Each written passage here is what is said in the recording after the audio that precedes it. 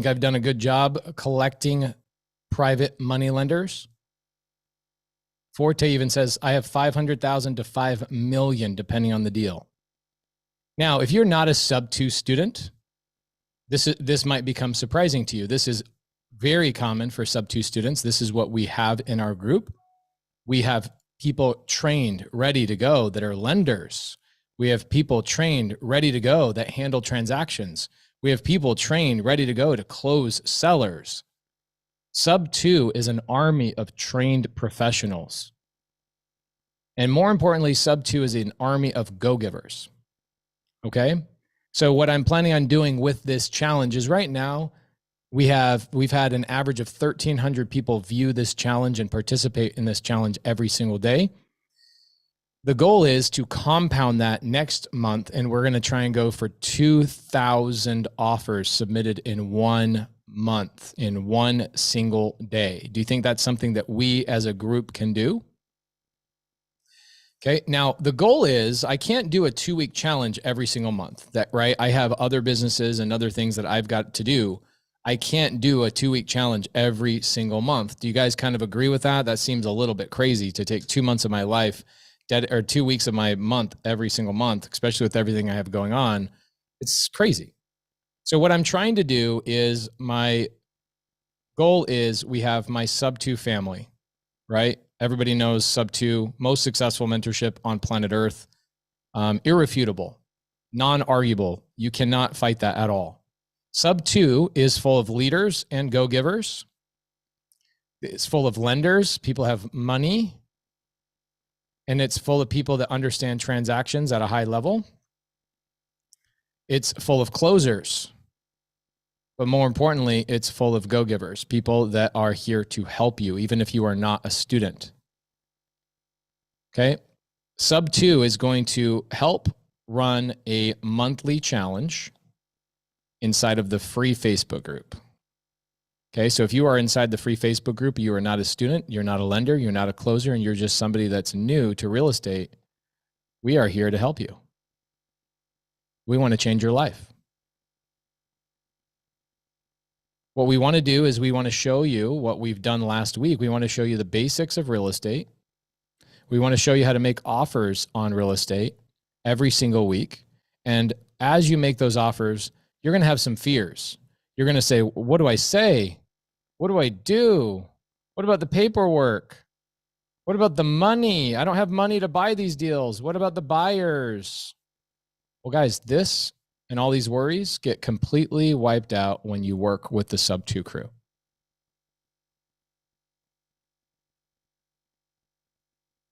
Okay. Tigger says, I'm not the same person I was 4 months ago before Sub-2. So, do you guys understand the vision of what we're trying to do here? Was it just to submit 966 offers this coming Wednesday? Hashtag 966. No. That's the first group. What I want to do is in August, I want to see if we can get that number to 2,000 people submitting an offer in one day. Who thinks we can do that?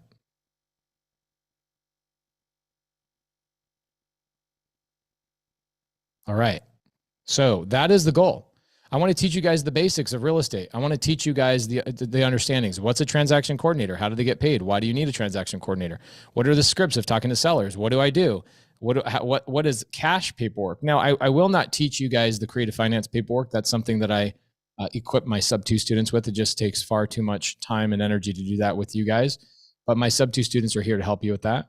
I'll teach you why and where the money comes from so that when somebody comes to you and says, hey, I want to lend money to you on a deal, you can understand how that works. You're going to say, well, how do I find buyers? Well, the good thing is a lot of my Sub-2 students are in fact buyers themselves, or they have a massive buyers list.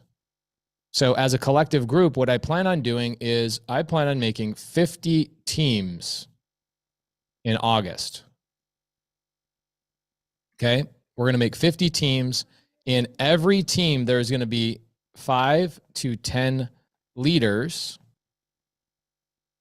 And those leaders are going to be sub 2 students, trained, ready to go. We're also going to have at least one transaction coordinator on each team. Laura Smith says, I need an end buyer in Arizona. How about the guy that's talking right now? Are you joking me?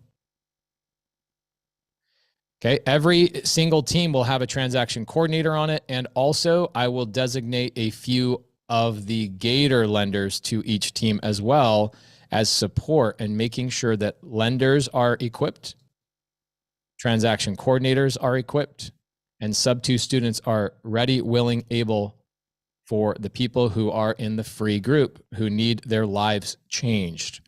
If you are in the free group and you understand how much value this is, please tell my sub 2 students thank you.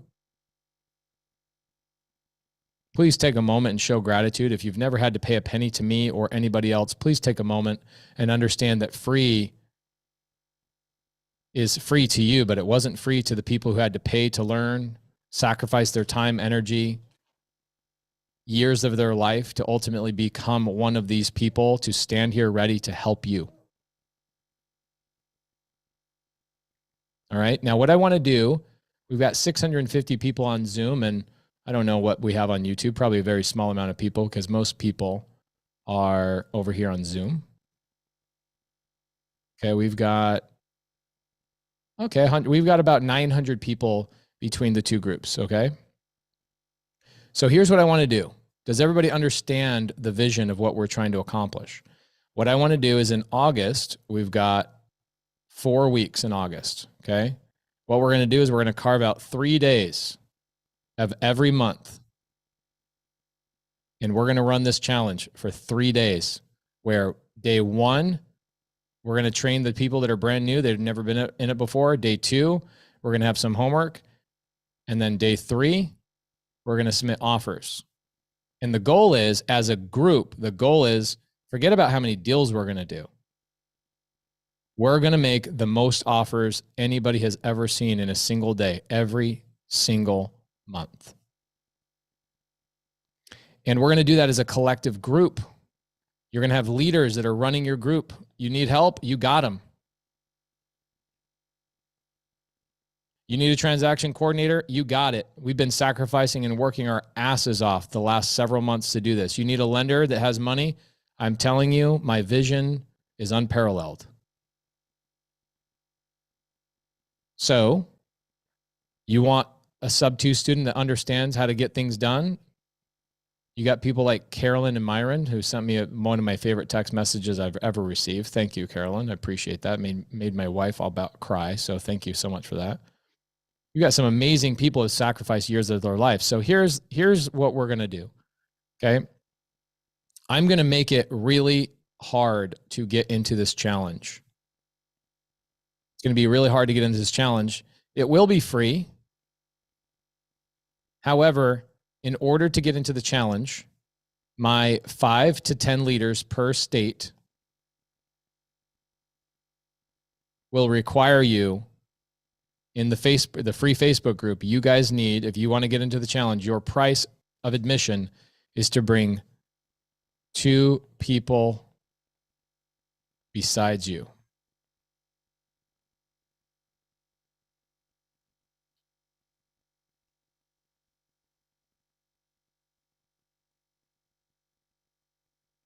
Do we have to be in the group in the state we live in? No, you have to be in the group of the state that you want to invest in. Okay. Do the people have to be in your state? Nope, they do not. Okay. That's the goal for first month. So in order for you guys to get the link, we're going to designate, here's what we're going to do right now as a group with 900 people watching. We are going to come. No, do not work in multiple groups. Do not overwhelm yourself.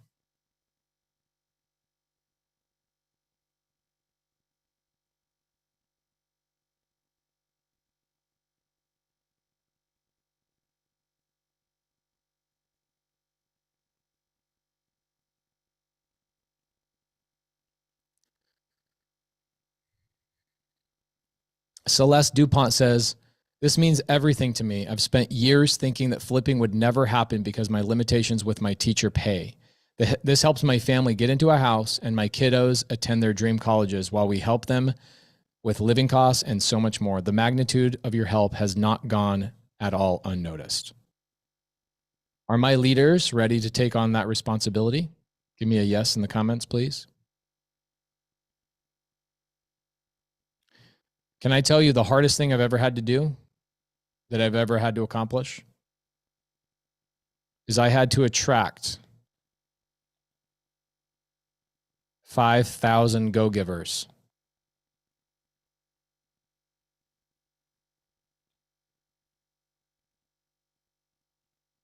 That has been the hardest thing I've ever had to accomplish in my life.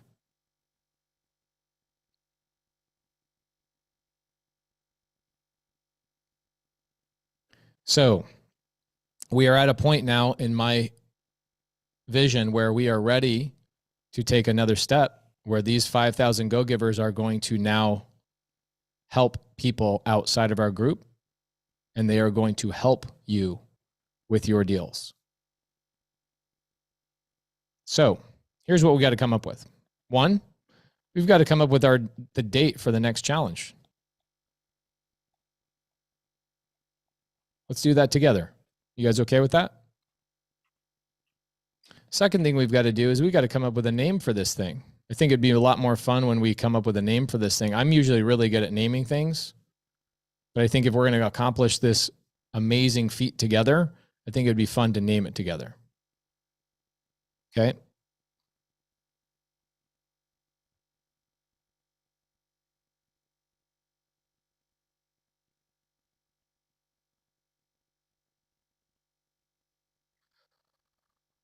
All right. So looking at my calendar, let's see here. We've got August.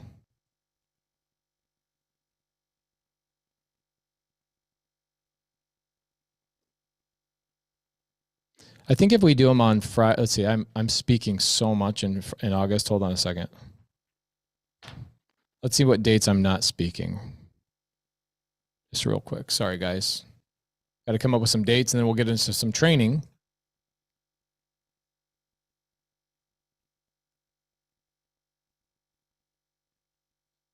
All right.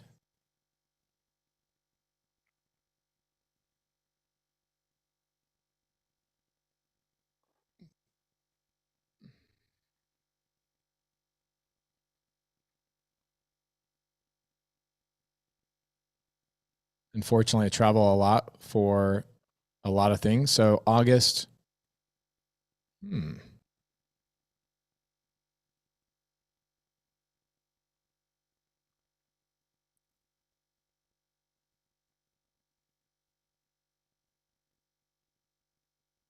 All right. August 18th, 19th, and 20th. Okay. Does that work for everybody? 18th, 19th, and 20th. 18th, 19th, and 20th. Everybody feel good about that? All right. So here's what we're going to do. On August 18th, 19th, and 20th, I'm putting this on my calendar now. We are going to bring in, everybody needs, actually, you know what I should change is this doesn't, what we need to do is everybody has a goal. Everybody has a goal, because here's what's going to happen. Some people aren't going to do it. And that's unfortunate, but some people are. Who are the people that are not going to do it? You might as well just tell us right now, because we're going to know. Just tell me you're not going to do it.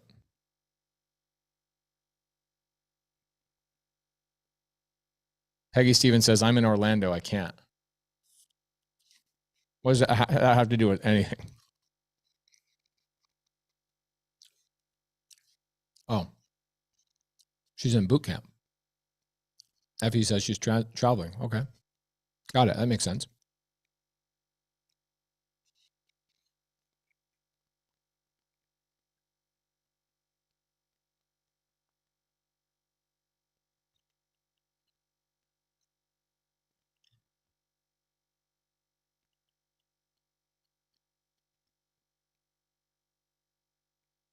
Gordon says he's going to be too busy doing deals.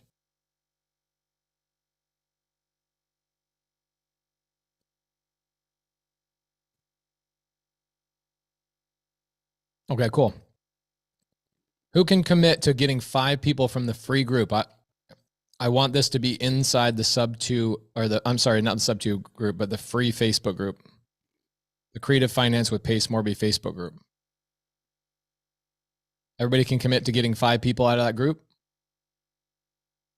That is your key to this. And so here's what I need. Let's see, anybody from my team on here? I know Kelly enjoys her. She's gotten to oh, hi, Carly. You guys want to meet the new Facebook manager, the manager of the entire free Facebook group? You guys want to meet the most energetic, amazing person I've ever had in my midst? Carly, how you doing? Hi. Hi, everybody. Hi. Welcome, Carly. She is now the new manager of the free Facebook group. Look, Rory, come here. She's been asking about Corbin. Say hi, Rory. Rory, Corbin's here. Say hi, Rory. Corbin's right here. Corbin, do you remember me? Mm-hmm. Say hi, Carly. Hi, do you remember my daughter you FaceTimed? Come here, Ro. Yes, I do. Hey. Say hi, Rory. Can't see you. Hi, Rory. Oh, this is Blake. Hi, Blake. Hi, Blake. You wanna move it? And she's having toes. Those can be your friends. But I want you to be with me really close. I'll be with you. Okay, get out of here. Gotta go down a little bit. All right. Say bye. Bye. All right, guys. So Carly's going to be helpful in coordinating this. Okay, so she's going to have a lot of work to do. She's going to put 50 teams together. Okay, and she's going to give the team leaders the Zoom link. Okay, and the team leaders need to be named. Okay, so what we're going to do is for the 30 days. Okay, just a minute. Okay, in the 30 days between now and next month, the goal is for those 50 leaders from sub 2 to gather 5 or 6 other leaders, because here's what's going to happen as we go and do this challenge every month. It's just three days a month. We're going to do it Thursday, Friday, Saturday. Saturday is going to be the day that we're submitting our offers. What we'll do is we'll probably do evening training on Thursday and evening training on Friday. That means that more people can join. We've been doing it 10 o'clock and 10 o'clock in the middle of the day, and people have had to take time off work. That's probably been really challenging for a lot of people. So what we're going to do is we're going to start doing Thursday, Friday. So on 18th and 19th of the month, we're going to do the training a little bit later in the afternoon so everybody can join. Does that sound good with everybody? Josh says, yes, my boss is pissed. Okay, we're going to change that up. Okay. Okay, so what we'll do is we'll probably go from 5 o'clock in the evening Arizona time to 8 o'clock in the evening on, does that work for everybody? 5 o'clock Arizona time? For you East Coasters, that's 8 o'clock. So that should be, your kids should be in bed by then. You guys okay with this? Okay. So pay attention, because you knuckleheads you're not paying attention. You're sneezing for 7 minutes. You're not paying attention. So on August 18th and 19th, we're going to train from 5 p.m. to 8 p.m.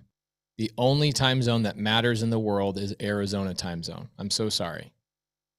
If you guys think your time zone matters, you're wrong. All you knuckleheads that switch your time zone twice a year think you're so smart. You're not that smart. You're not farmers anymore, guys. Okay? You're not farmers. Y'all are like, we are farmers. Da, da, da, da, da, da, da. Okay, so 5 p.m. Arizona to 8 p.m. Arizona time. What we're going to be doing is we're going to do training on, we're going to obviously teach people how to use Privy, because that's the software we're going to use for this challenge. Okay.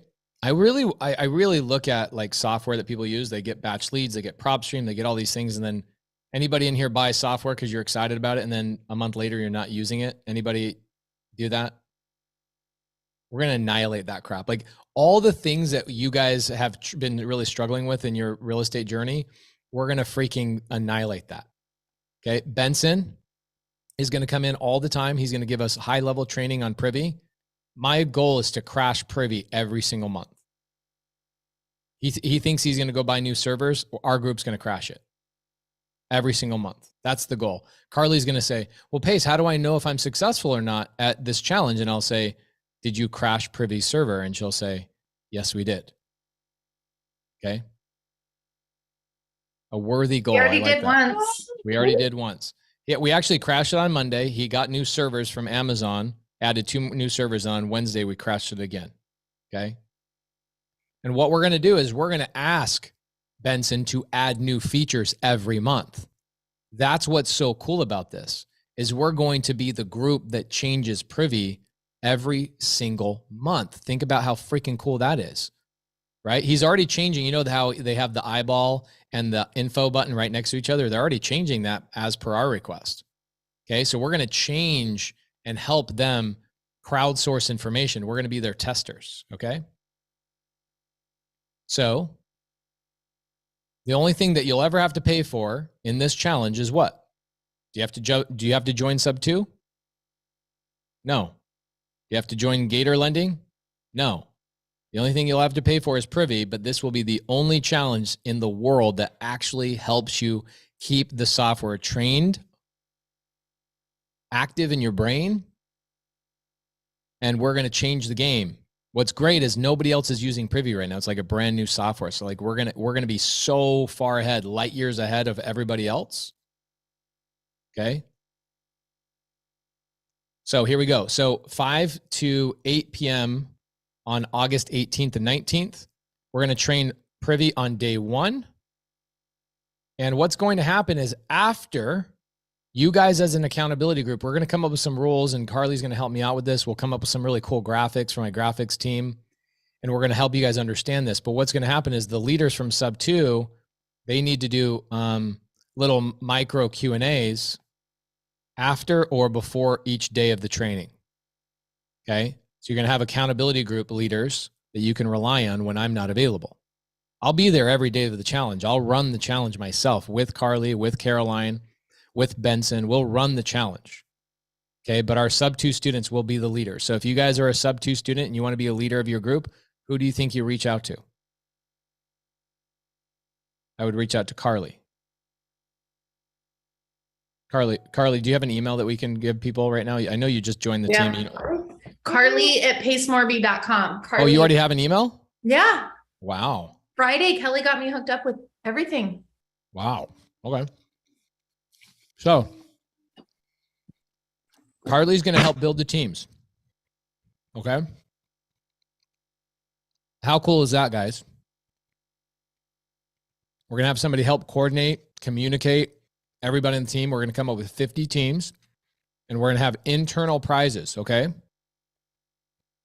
Your tongue says, are you officially working for Pace now, Carly? Yes, she's on payroll as of today. And how many deals do you think Carly's going to do by being the leader of this free Facebook group? Let's do deals. Okay, tons of deals. So Carly's going to take our mastermind students, and she's going to take our leaders from sub 2, and she's going to make them into the leaders of each team. How many teams are we going to have, guys? We're going to have 50 teams. I'm going to let you guys name your own teams. Okay. It's not going to be team 1, team 2. Okay. I want you to have 50 teams and everybody comes up with their own name. You guys are going to all be together. You're going to be accountability partners. What the teams are all going to have is they need to have at least one transaction coordinator. They need to have Gator lenders on the team so that you guys have earnest money, right?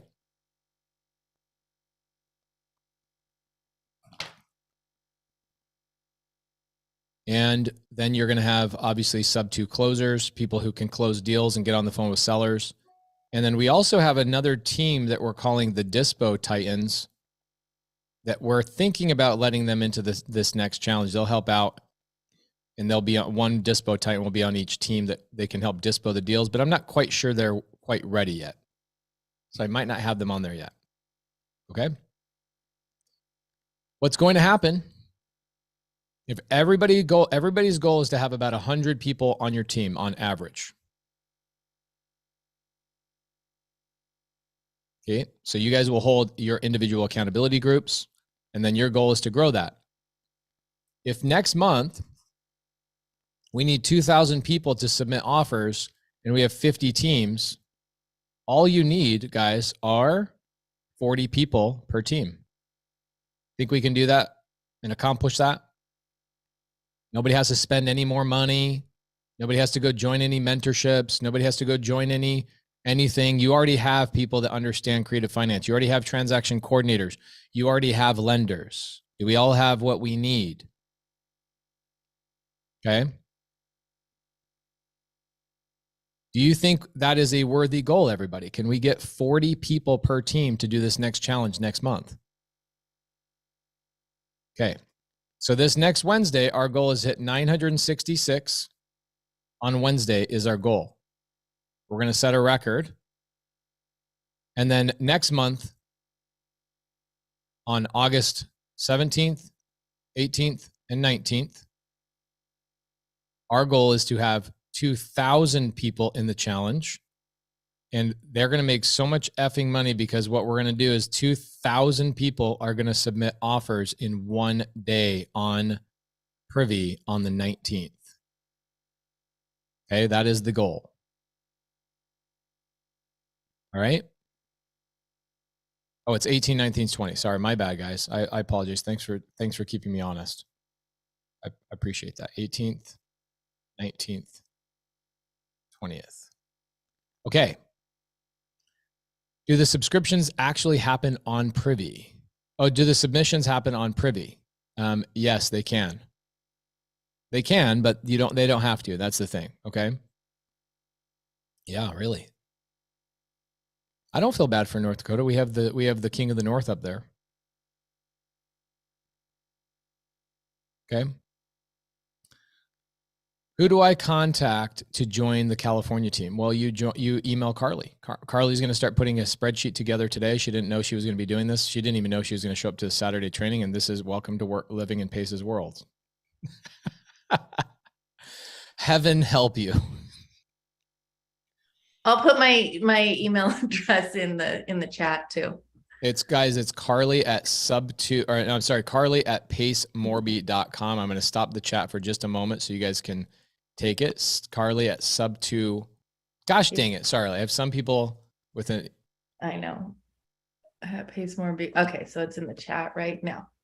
There you go. Carly at pacemorby.com. Everybody keep that. She manages the Facebook group. She's got a team underneath her. She has experience. She's a mastermind student of mine. She understands creative finance. She knows all the people that you're going to need to know to be connected with. And she is going to help you guys build the 50 teams. Okay. Yes. Our goal is I'm going to teach you guys all the basics of wholesale. You might not ever have to join another wholesale mentorship ever again in your whole entire life. You imagine that? You're going to get all the love. You're going to get all the transaction paperwork. You're going to get the assignment documents.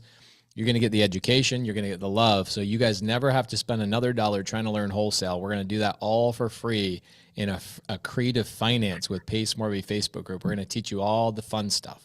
Okay. Everybody excited about that? And then if you're like, oh, well, this sounds like a stupid question. Perfect. That's what this is for. Because, there are a lot of people that will not participate in this challenge in the free Facebook group that are already doing 10 deals a month. This is not for them. This is for people who are leaders that are doing deals or closing deals or doing transactions or lending on deals to help the people who are not doing deals. Okay. Does that make sense? Does everybody know that I want stupid questions? In fact, it would be really stupid to ask a really good question.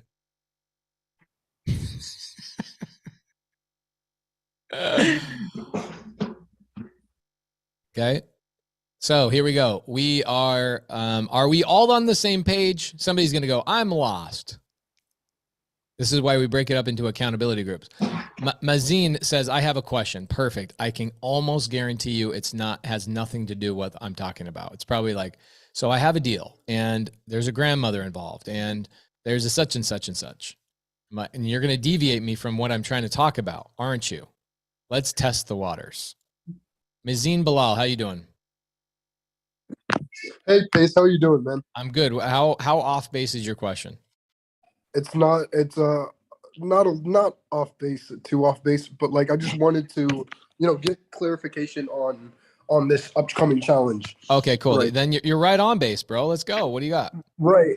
So from what I'm understanding is that you want us to go into the Facebook group and bring five other people that is not us, and then contact Carly. Hi, Carly. Hi.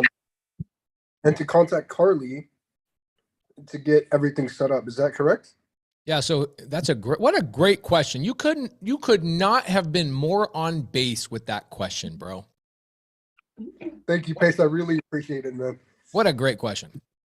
Thank you. Those good questions tell me where I have failed to communicate, and that's a great question. So here's what I want. Carly can't handle all the emails, okay? So what's going to happen is if you are a leader, a transaction coordinator, or a lender, I want you to reach out to Carly, and she's going to create the teams. Okay. Okay. What we're going to do is we're then going to go in the Facebook group, and Carly is going to create a Google sheet of all 50 team leaders. And I want everybody going, I want to be on the Atlanta team. I want to be on the Florida team. I want to be on this team. And you're going to start filling it out. Right.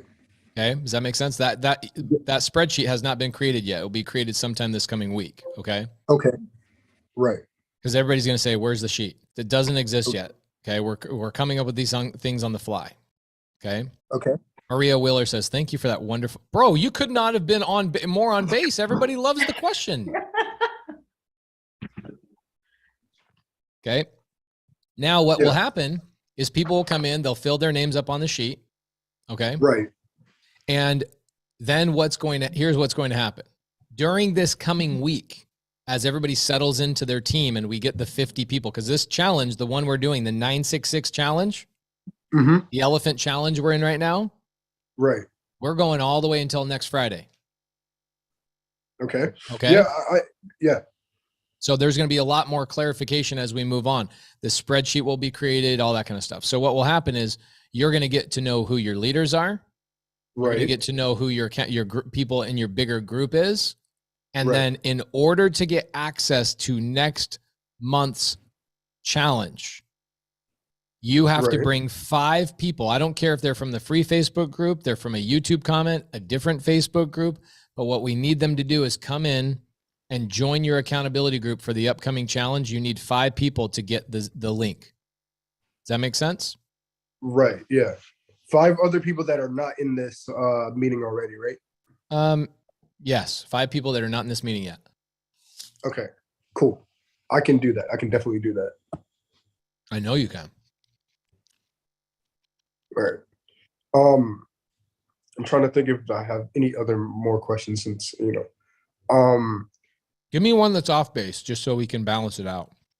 Okay, one that's off base. Okay, so this is one that I'm actually, very, very confused about because I used to live in North Carolina and I moved overseas to the UAE, and I've been living here for almost 2 years at this point, and now I'm starting wholesaling so I can move back to the States, right? My only question is that how would the title company send me my payment? Easy. Oh, how they send your payment? Yeah. A wire transfer?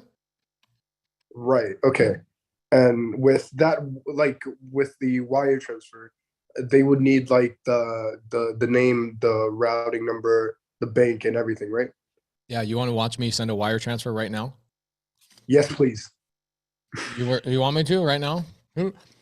If you can, yes. Okay.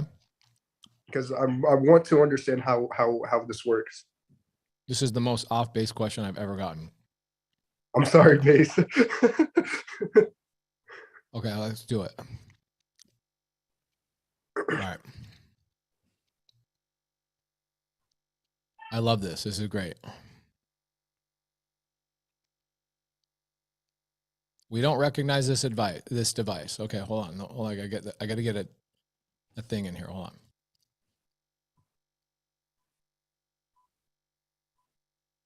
Oh, dumb. Oh man, the chat's going crazy. I'm sorry, guys. I'm new to the wire transfer and everything. I've never had to do that in my life. Pay It's so cash for. it's so simple, dog. So simple. No, but like around here we have people usually pay for with cash and stuff. So I never really experienced the wire transfer thing. I just want to know how it's done so I don't have to worry about it. Okay. Getting paid. All right. I am in my bank account. Ooh, I got a couple bucks in here. Got a couple bucks in here. Let's pull up. All right. All right. Let me share my screen with you guys.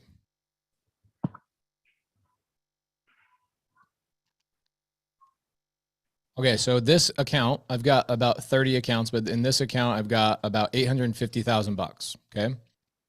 You can see I send wires all the time. I sent Hayel, I paid her $10,000 a couple of days ago. I sent 25 grand to myself the other day. I sent $290,000 to Dan Quijano on a deal that I'm doing at Dan Quijano. I bought a seller finance deal that cost me 107 grand. And most of what I do is all wires. Okay. So like I don't have I actually don't have a debit card for this account. I don't use a debit card. Everything is a wire. Okay. Okay. So here's what happens. You go over here and I go pay transfer. And it goes, all right, let's say transfer. Let's see, see this right here? Add an external checking or savings account. Right. And I would add you in here and it would ask what bank account or whatever else. And it would put in your, information. See, transfer activity, transfer, that's actually, let's see, transfer money, transfer activity, external accounts. That's not it either. Bill pays out. Okay, here we go. See this? Wires and global transfers. Right. Add a recipient. So the title company would actually sit in here. Okay. And they want me to have watch. I got to text myself in order to set up a new thing. It's going to ask me for an activation code. By the way, I have to do this. I don't know how many times I have to do this, but I have to do this 10 times a day with my bookkeeper. She's always texting me and going, I need the next activation code, please. All the time. This is happening all the time. 4827. And by the way, people are so like, I can't believe you're showing your bank account. Like, what are you going to do? You're going to scam me? So here we go. Bank country. You're in the United something Emirates? Yeah, I'm in the Emirates. Okay. Why? Why? Yeah, why? One sentence answer. Mom moved out here. Got it. Okay, cool. So you set this up and that's how they send you money. That's it. Look at all my recipients. See Alamo Title Company, Bobidis Law Firm, Title. I'm wiring title companies all the time. These are title companies I wire money to. US Bank. Right. TransferWise, Posted Properties, Com, LLC, Rawhide. I don't even know what that is. Land Title Guarantee. These are people I've already set up and I wire money to frequently. Okay. And then basically you go in there and you go, all right, let me pay somebody. And then it asks you, it asks you to drop down, like what account is it coming from? Let's say it comes from this one. And then what account do I want it to go to? And you choose the account and it wires it. Okay, cool. Easy. Thank you for clearing that up, Pace. I really appreciate it. Getting paid on a transaction is like the easiest thing on planet Earth. Well, now I know how to do it. And now I know how to do it. By the way, legally, a transaction cannot be closed and finalized until you get paid, even as a wholesaler. Right. You don't ask the title company for your money. They ask you, why have you not given us your wire information yet? We need to pay you. Okay. That makes sense? That is actually one of my fears. That was actually one of my fears. And thank you for clearing that up. Now I don't fear that anymore. So there you go. Yeah. That's definitely not one of my fears at all. Well, I mean, I am still pretty young. So, and this thing is like a big boy job.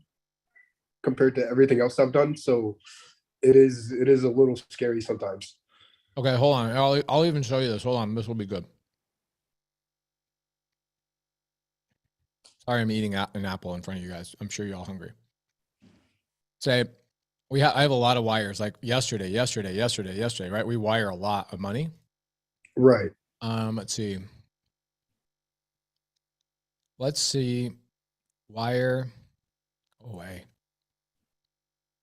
Let's see, wire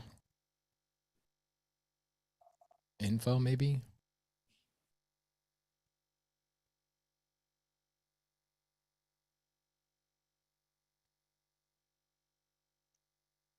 Okay, so here we go. So check this out. When you do business with people, so Right. this is actually a law firm that I'm engaging right now to go and do a non-accredited investor fund. Here, Right. so what happens is they go, hey, we want you to pay us. And I go, okay, no problem. Send your wire info. And then what they have is this document right here. And there's their wire info, wire instructions right here. Boom. Okay, so they give me their routing number and their account number and the address of the bank. This is everything you need to wire somebody money. Right. Okay, so I put that in my account. In fact, you want to watch me set this up right now, and I'll wire to them 20 grand right now. Please do. Okay, let's Please do do. it. This is very, very exciting. Actually, I am actually really excited. Okay, watch. You guys get to watch me wire $20,000 right now live. Is that what you guys want to see? Is that helpful for anybody, or people are just like, eh? This is actually money I have to wire, and we didn't wire it yet, so let's wire it. Okay. Might as well. We got to do it on Monday anyway. Might as well do it today. By the way, this 20 grand, does anybody know what this 20 grand is for? This is for my non-accredited investor fund, the deal that I'm doing with Big Boy from Outcast. This is the Louisiana 105 unit deal that I'm buying. And I have to pay my securities attorney to set up a bunch of things to let you guys invest in my fund. Okay, so that's not what I wanted. Okay, so I want to pay somebody. So let's go to pay and transfer. ACH, bill pay, Zelle. I want to do a wire. Okay, add a recipient. Protect yourself against wire fraud. Okay, cool. So I need their routing number or their SWIFT code essentially. Okay, 020-021-00021.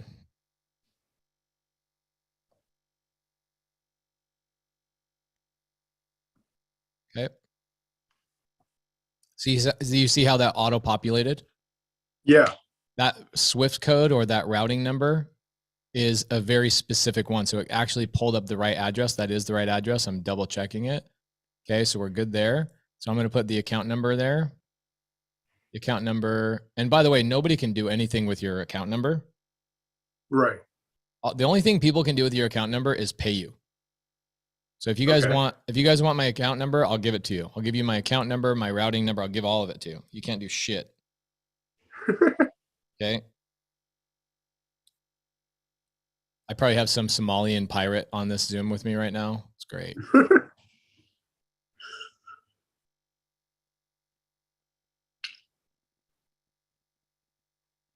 Oh my gosh, go away. Why is this? Okay. 7025. Sorry, it's hard to do on this specific computer. It's not, this computer is set up for live streams. Okay. Add an intermediary bank. Nope. Wire for PPM for non-accredited investor fund. A lot of times people just leave this empty, to be honest. Right. Recipient name. Let's see. Sosno.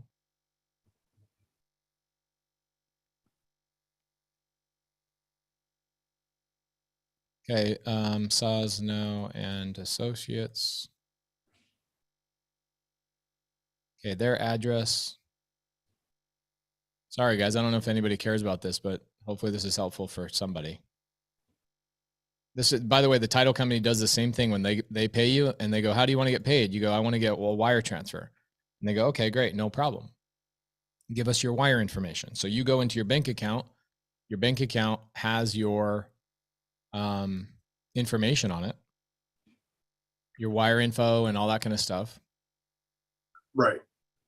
Ooh, I've never had a securities attorney out of New York City. New York. That's legit. Does that make me seem more legit? I got a securities attorney out of New York. Yeah.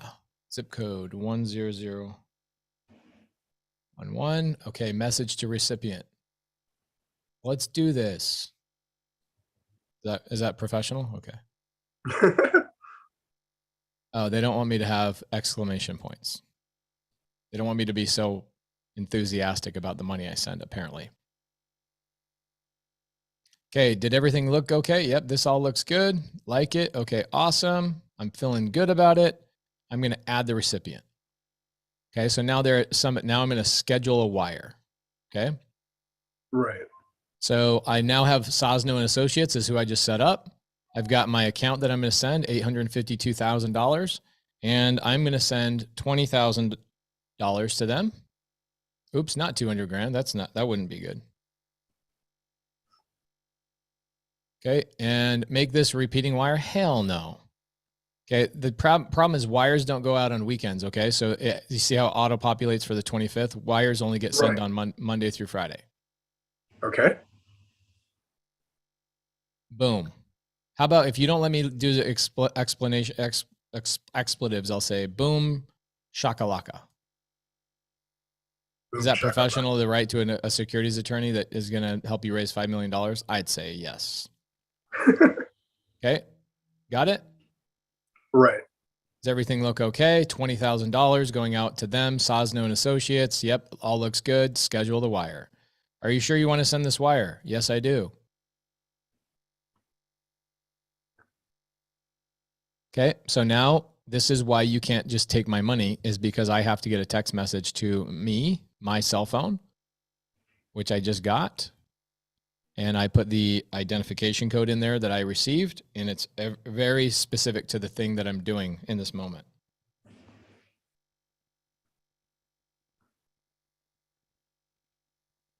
There you go. We have scheduled your wire. Please print this page for your records. Close. Now, if I go back to that, you have a question? How long does the wire transfer usually take to get to the place that it's going? Well, remember, it only gets sent Monday through Friday. So if I send it Saturday, it's going to be Monday. They'll get it Monday. It's one day. They'll get the money in one day. Okay. All right. So if I have a deal that will close on Tuesday, I would get the wire transfer that next day on Wednesday, correct? Yes, but here's something that just happened. I closed a deal with Hayel. She brought a deal to me. I paid her 10 grand for it. You saw the wire. Right. She didn't give me her W-9 until the next day. W-9 is like how I verify with the IRS that I paid her. Right. So we closed the transaction on Tuesday, and she's like, hey, I haven't received my money. I'm like, I don't have a W-9. My team's been asking for a W-9. Can you please give me your W-9? She got me her W-9 on Wednesday. I sent the wire. We scheduled the wire. By the time I got it, it was too late in the day. The wire cutoff is 2:00. Right. Every day. It's 5 p.m. Arizona, or 5 p.m. Eastern time, 2 p.m. Arizona time. Right. So all the banking world goes off of New York time. So I can send a wire anytime I want, but it's not going to trigger until the next business day, right? So the next business day ended up being Friday. So she got her money Friday. Oh, okay. All right. That was actually very okay.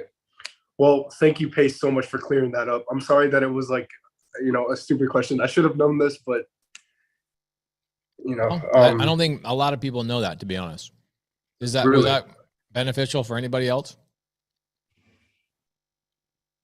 Watching me send 20 grand to somebody on a Saturday. What's fun about real estate is you get to a point where it's like 20 grand. You don't think about money as money anymore. You think of money as a tool. Right. And like, I look at 800 grand in my account and I'm like, I don't even look at that as money. You guys look at that as money. We've got like between those accounts just at Chase, we've got about $3 million, I think. Right. And to me, it's not $3 million. It's literally just a tool to get something done. That's it. Oh, okay. All right. I really do hope I get to that point. You in will. my life. You will 100%. All right. Well, thank you so much, Pace, for your time, and thank you for showing me, and I really appreciate it. Absolutely. Great question.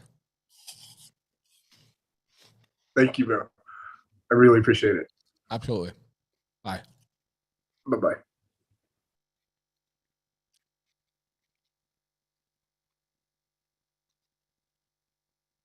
All right. Hold on a second, guys. I'm going to get into some more Q&A. So sorry.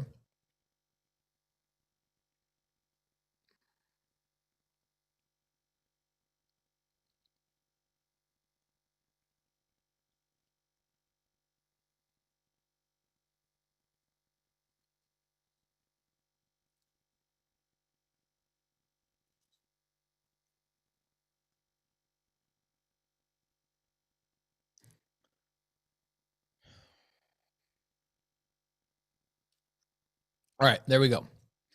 So, got a lot of questions here. Does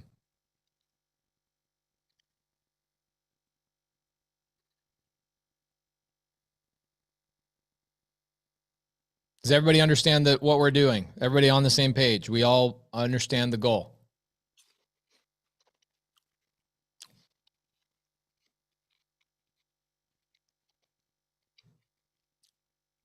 Everybody excited to be a part of this?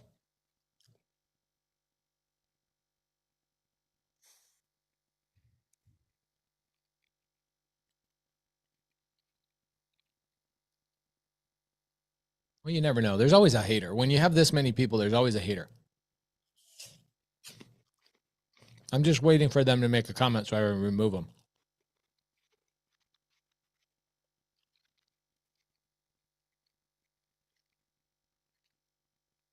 With this many people, you always get at least one. They're in here just because they hate me. You know?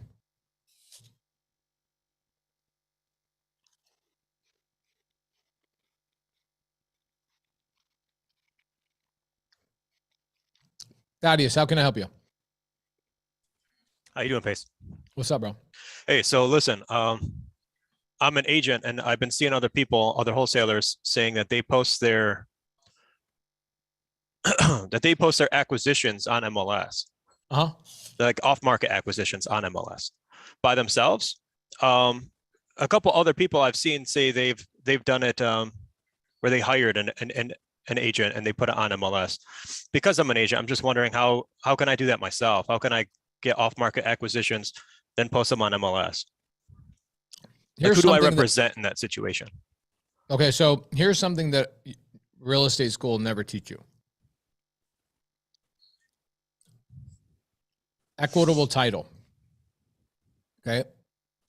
Control of a contract. When you have control of a contract, you are in control of that contract. Okay, so in my wholesale contracts, my wholesale contract gives you marketable title, which means, it specifically says it, in my wholesale contract that I provide to you guys for free, it gives you permission with the seller to list it on the MLS yourself. There doesn't need to be representation. Bro, you got to, Thaddeus, you got to remember, this is, you real estate agents have broken brains. You guys have been trained that you have to be representing somebody. You're not representing anybody in a wholesale transaction. Ever. I believe you. You believe me? I believe you. Yeah. I mean, I was talking to my accountability buddy yesterday, and I told him that I kind of like teaching an old dog new tricks when it comes to wholesale versus real estate. There's a lot of things that are different. I like wholesale much more. I'm over here. I'm leaving that on the back burner. Conventional real estate, being an agent. Being an agent is really good, but the problem is people that come into wholesaling or real estate investing as an agent, you're like, who am I representing? He's like, I don't know. I'm a wholesaler. Who am I representing? Hmm. If I go get a house under contract directly from a seller as the buyer, and that contract states that I can do whatever I want with it, I can put it on the MLS. My contract specifically says the multiple listing service. It gives us the legal right to go and put that property on the MLS. Just as a wholesaler, forget about me as an agent. Who am I representing? Right. Yourself, I guess. Myself. Actually, I'm not really representing anybody. Okay. I'm just saying, here's Okay. the thing for sale. Okay. So if you were the agent and you want to list it, I can just go put it on the MLS as an agent? Yep. As long as you have the right contract. Right. Okay. And what, just say that I'm selling equitable interest. Say that again. Do I just put like in what, disclosures or onto the public realtor remarks, whatever, just saying I'm listing my equitable interest? Yep. Just say I have control of this contract and I will be selling this on an assignment. Okay. Okay. Interesting. That's pretty much it. That was my question. It's very simple. And then you'll start going, why aren't more agents doing this? I'm like, I don't know. Why don't more agents know how to comp properties? Right. I mean, most of them don't, right? I went to real estate school too. And I was like, wait, that's all you're going to teach me? You're going to teach me how to plot land on a freaking piece of paper and then Yeah, make right. me, it's like, holy crap. Yeah, Most if that. agents don't know any of this stuff. Right. No, I'm part of KW and KW is all about teaching, but like, I feel like I'm not getting anything out of those teachings. Like all of those classes that I've taken, anything like that, I feel like I'm not really getting much. They just kind of tell you the basics and don't really tell you how to actually operate a business. Yeah. And they also don't teach you where deals come from. Probably they don't know how to go find deals. Like, Right. No, they just tell you FISBO. That's it. They tell you FISBO. And that that's like, sounds so yeah, no, this is a much better avenue for me. I feel much more confident in this avenue. yeah, I think Especially that we just, I got a partner. We just been watching you. I mean, all your YouTube videos and stuff like that. So having the opportunity to be in here has been, it's a big opportunity for us. well, don't forget that because you're going to have homework to go grab 5 other people. Oh, no problem. I got you. I want to smash records in here and do it all for free. I want this to be a life-changing free Facebook group. I want this to be like, you come into this Facebook group and you have all the support. You have sub-2 students, you got lenders, you got transaction coordinators, you got people that are in here just helping you guys out. So it is really life-changing. It's really empowering, right? Peter Roth. Great question. Thaddeus, thank you for the question. Thank you. Peter Roth says, how do we submit for our 5? I could walk you through it, but you're going to ask the question again. And again and again and again. So let's have a conversation about it. I'm happy to talk about it. Peter Roth, are you ready to have a conversation? Sure. Of course. What's up, man? You ready to take some notes? Yes, sir. Okay, so what I walked through. Oh my God. And my dog started barking. Oh, don't worry. Everybody's got dogs. It's all good. Isn't that amazing? So what we talked about is step number 1. Carly's going to create a spreadsheet. She's going to divide it out by leaders in my sub-2 community. She's going to add lenders to each group. And each group will have no name. It won't be named something yet. Okay. Just to be clear, I'm not one of the leaders. So I'm trying to recruit my 5, just to be clear. Yeah. So the way I educate anything, I know that you haven't been around me a lot, is in order for me to educate, I have to lay a runway before I take the airplane off. I'm with you. Okay. So other people that are poor educators, they're trying to take the plane off immediately and they just give you the answer.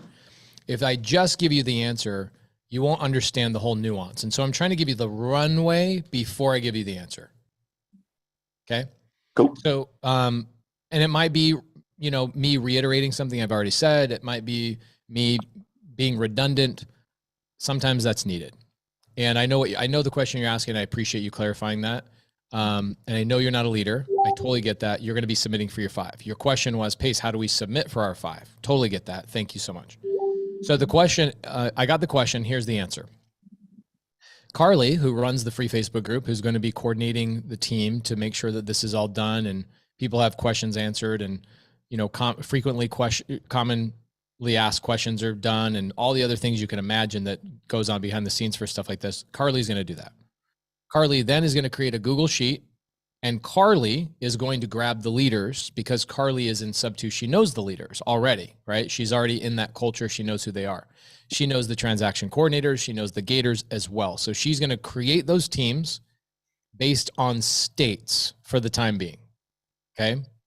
And she'll go, all right, we got Arizona, we got California. She might even divide Northern California and Southern California. She might divide Texas into a couple things, whatever, because Texas is so big. Maybe even North and South Florida. We'll figure that out probably by tomorrow or Monday.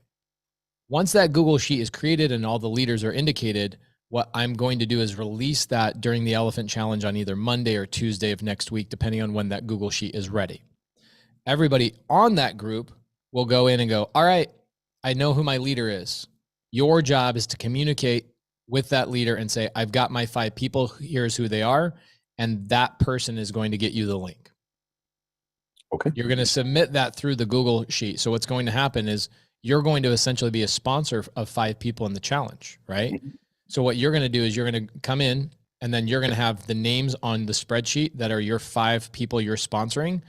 And those 5 people will come into the challenge and you are responsible to be their leader because you brought them in, right? We don't want them to be just random people.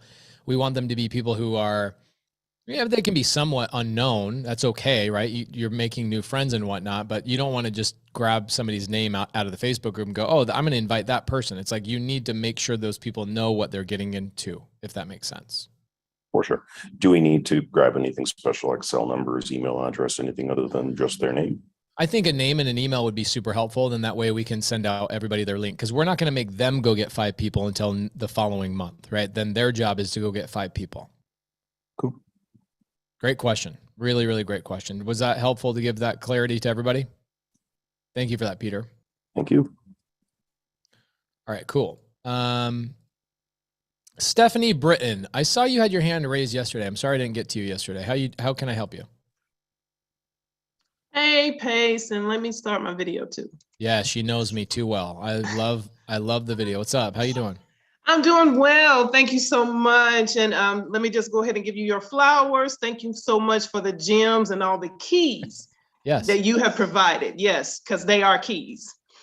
So I actually have a deal that was presented to me a few days ago. Okay. And I'm a newbie. So I'm totally new to the space and just want to get some clarity on how to even proceed ahead with this. Okay. So this is, I don't know if he's a wholesaler or not, but I'll just tell you what he sent me. He said that he's the seller. He bought the house before he knew about subject 2. He's renting out the rooms, but really doesn't like being a landlord anymore. He's selling it subject 2. It's at 2.7 interest rate, 2,400 PITI, 4,200 in income that is generating, but he wants 80K down. And the cap rate is 24.7. Okay. So don't worry about cap rate. You'll never really use cap rate in real estate until you become basically worth $100 million. People use cap rate so imperfectly. It's too complicated for people. If you go on YouTube and you even watch, people are like, here's what cap rate is. Here's what cap rate is. There's no clear definition for it. It's not until you get really, really advanced that you truly understand cap rate. Even there's somebody in here that is like, I know what cap rate is. And I could almost argue that they probably don't. So let's forget about cap rate. Okay. Here's my question is why is he getting rid of something that's cash flowing so well? It's just my understanding from the correspondence that he's provided to me. He just doesn't want to be a landlord anymore. Okay. So he's the person to the side, or I'm sorry, he's the person that owns the property that came directly to you. Correct. Got it. Okay. And it sounds like he probably bought it. Did he buy it with cash? Or with a loan? What did he do? It was a VA loan. Oh, okay, great. And he's the one that got the loan, or did he take it over sub 2 when he originally bought it? I think he actually is the one that got the VA loan. Okay, got it. Perfect. So guys, there's a lot of people in here that keep asking about the Privy thing, right? Because we've got new people in here. Can you guys please put the link in there for everybody to follow Privy? It is so important for you guys to use the right link, either Jamil's or Laura's, so that we can get you guys the emails directly from Privy. I don't want to be emailing Max Maxwell's people or Jerry Norton's people or Ryan Pineda's people. I just want to email our own people. Okay. Cool. So Stephanie, what market is this in? It's in Huntsville, Texas. Okay, cool. Huntsville, Texas. So the main thing that you want to worry about is cash on cash return is the number one thing that your buyer is going to care about. Okay. Okay. So you've got a seller right now that has a house and he wants to sell it sub 2. Okay. The challenge is he's asking for $80,000 as a payment, a down payment. That's a lot of money. Doesn't mean that's the end of the world. Like I'm deploying hundreds of thousands of dollars on real estate, right? So the question we got to ask ourselves is, what is the cash on cash return? That's more important than cap rate. Okay. Cash on cash return. So if I was going to make 10% cash on cash return every single year on my $80,000 investment, how much money would that mean I made at the end of the year? 10% cash on cash return. 8. There you go. $8,000. Good job. Sounded like you were guessing a little bit, which is perfectly fine when you're brand new. Okay. So if I invest $80,000 and I'm looking for a 10% cash on cash return yearly, that means that investment is going to net me in my pocket that I can go spend on anything I want, $8,000. That means my management's paid for, my mortgage is paid for, my private money lender is paid for, anything is paid for. Okay, that's cash on cash return.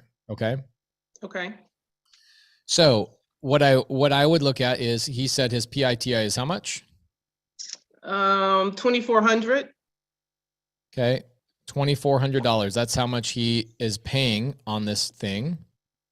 And his interest rate, don't tell me, because it really is not that important. So $2,400 is what he pays every single month. Mm-hmm. And he's got rent coming in of $4,200. Is that right? Correct. Okay. $4,200. Perfect. So the way we can come up with cash on cash return is, first and foremost, we need to come up with what is the gross spread. Okay. This is not profit, right? The difference between these two things is not profit. It's your spread. It's $1,800 a month, which is actually very good. Okay. Okay. So if you've got $1,800 gross spread, gross means it's yucky. It's yucky. I don't like it. Okay. Because it's not net. Net means it's actually the real profit. So we're going to have to figure out how to go from the yucky gross number to my net. And how do we do that? Well, we've got to subtract a couple of things. Okay. Number one, are we going to have a property manager? Usually, yes. Yes. Mm-hmm. Okay. So I'm going to say 10% for somebody to manage that property. Number two, we're going to take 15% of that away for what is called CapEx, or what I call the, you could call it fluff. You could call it the oh crap factor. You call it whatever it is. Okay. I call it the war chest. Means I'm going to take 15% of my rent and put it into a war chest that I will 100% of the time use for vacancy, repairs, etc. So that means 25% of my rent, right? 25% of this is going to have to be taken out immediately. Okay. Mm-hmm. What do we base the 25% off? This number right here, off my income. Okay. So 25% of 4,200. Okay. That means I'm going to take out $1,050 is what it's going to cost me to take care of that property. Yep. So that means my net profit every single month. This is pretty good. I like this. Actually, it's more than that. So I start out with 1,800 gross spread right here. Right. That's my 1,800 gross spread. So I'm going to take my 1,800 and I'm going to subtract my $1,050 per month. $750. $750. That's my net cash flow. That's good. Okay. So now let's multiply that by 12 months a year. What does that come out to be? 9 G's. $9,000. Okay, cool. Now take this $9,000 and divide it by $80,000 investment.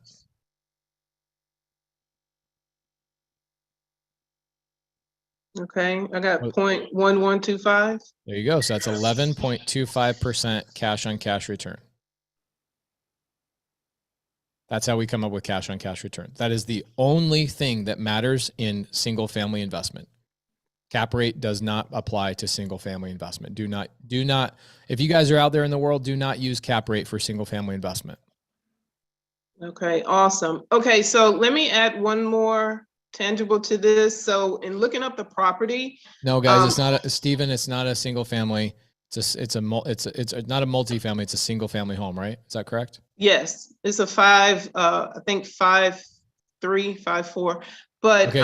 Do you think I've actually answered your question? Because I don't think I have. whether or not this is a good deal, Yeah. yes. Did I tell you it's a good deal or not? I thought you did. No. You didn't. You said it was looking good. Maybe that's the part I heard.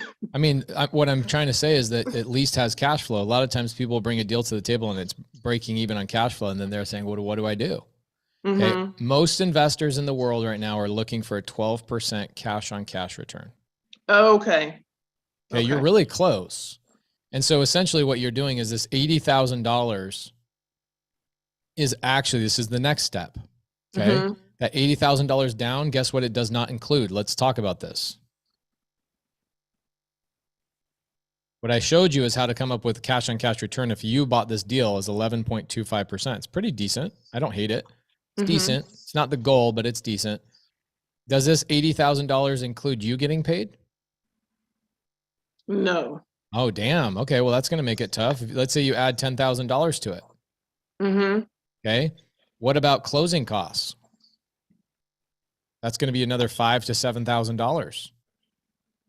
Okay. And then immediately on properties like this, when you take them over, you're going to have about $3,000 to $5,000 in money that is deferred maintenance. And people will say stuff like, oh, well, no, the property's good. I've got tenants already in there. Okay. Well, your tenants are pissed off because the toilet's backed up and the air Mhm. conditioning keeps, you haven't been taking this. Okay. Tigger says, what's an alternative to cash on cash return? Nothing. There's no alternative to cash on cash return. There's no other, you should never reference anything other than cash on cash return. It's the only thing investors care about. So Pace, is there another alternative to even having that 80K reduced? Because I did reach out to him. I'm going. Mhm. This is where I'm Okay. going.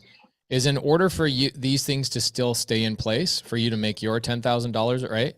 Mhm. I'm giving you what the number is that you need to get him down to. Okay. Okay. So you want to make your 10, you know that your buyer's going to have to pay closing costs and you know your buyer's going to have to pay that as well. So you're going to be, I would say you need to be at a down payment of $60,000.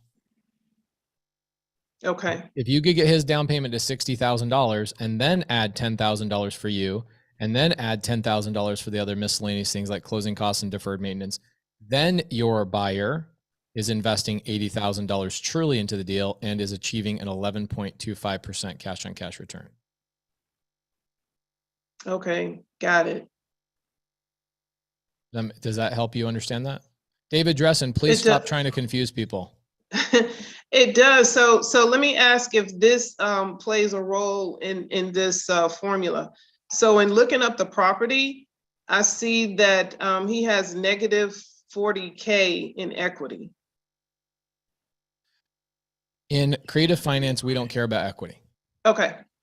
Equity is very, is it important? Yes, but it's like the fifth factor, right? What I care about first and foremost, right? So like David Dressen, for example, David Dressen is trying to get into like layer 3, right? Did I bring up the interest rate at all right now? No, I brought up, does it actually have cash flow? Okay. So there's in creative finance, there are 7 reasons why people buy properties. Pay attention to this. And it's this is true also with just buy and hold investors. So I'll just say buy and hold investors or creative finance. Okay.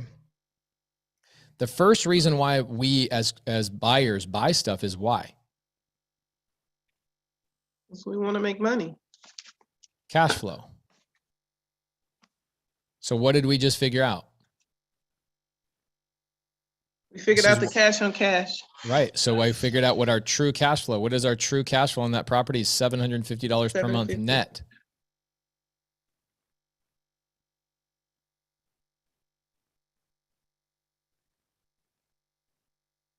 Okay. So if it doesn't cash flow, stay away from it. Okay. If there's zero cash flow, Mm-hmm. okay, let's say that there's zero cash flow, then what you do is instead of assigning it or buying it, I'm sorry, instead of buying it and doing it, what you're going to do is you're going to wrap it, or you're going to assign it. I'm not going to jump into this. This is creative finance. You're going to wrap it or assign it to a homestead buyer. Okay. My students can help you out with that. Okay. Okay. It's a different exit strategy. Okay. But right now what you're doing is you're looking for a buy and hold investor that wants to take this on. Okay. Mm-hmm. Why do we need a buy and hold investor, not somebody that's going to live in the property?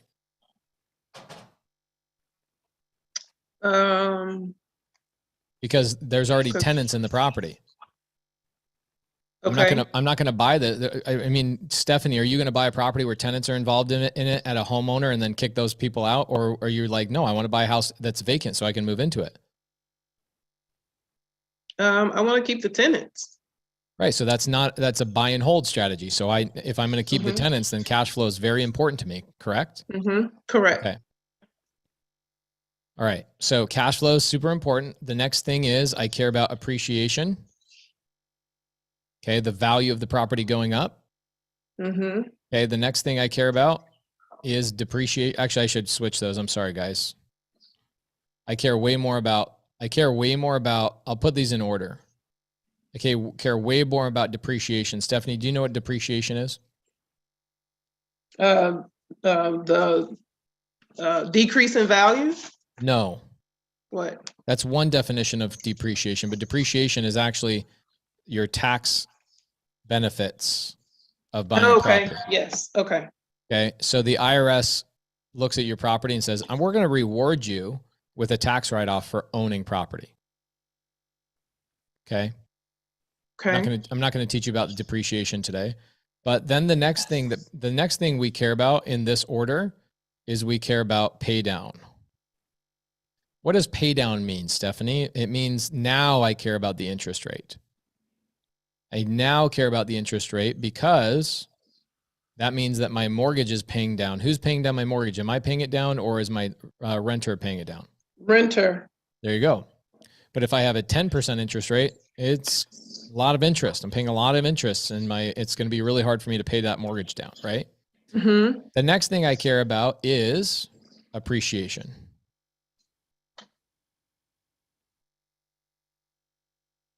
And then I also care about, at some point in your real estate journey, you will care about leverage.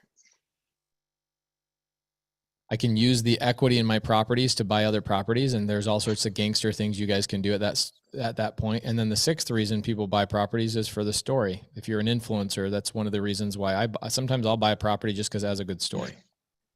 I wish I was lying, but it's true. Got it. Those are the only 6 reasons people buy properties, unless you're going to live in it. Okay. I bought a couple of deals this year, literally that barely cash flow, but they give me massive tax write-offs and they'll cash flow next year or the year after. But because I want to pay $0 in taxes, I bought those properties just because of that reason.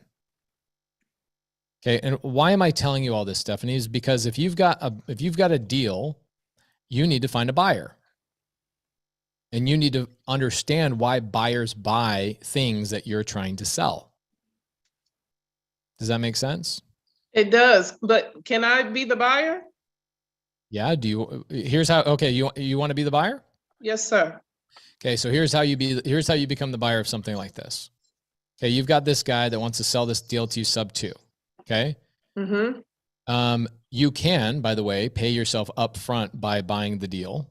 But the way you would do it is you go and Stephanie, you don't have $80,000, I would assume. That is correct. Okay. It's not shameful. It's not something you should be No, embarrassed not at by. all. Okay. What you need to do is you need to find somebody that does have $80,000 and you need to say, hey, let's be 50-50 partners on this deal. I bring the deal.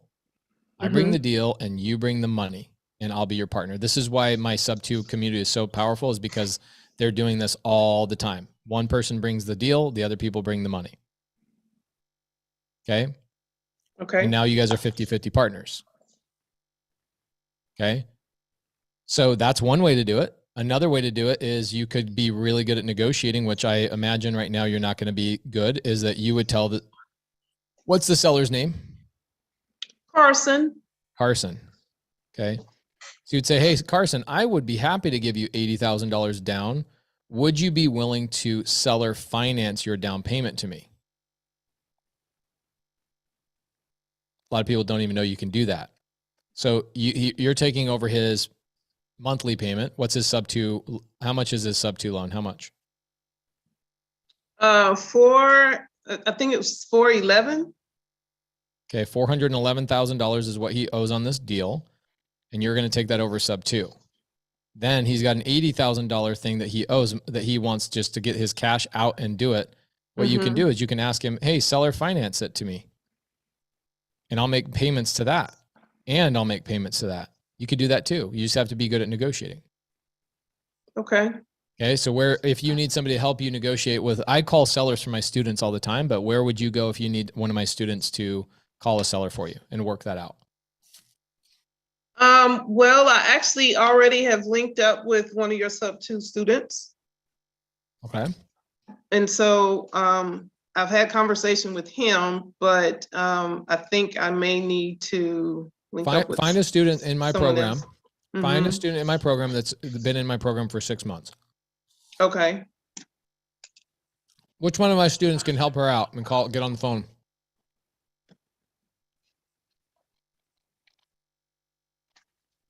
I've done a deal with Christina. She's a deal closer.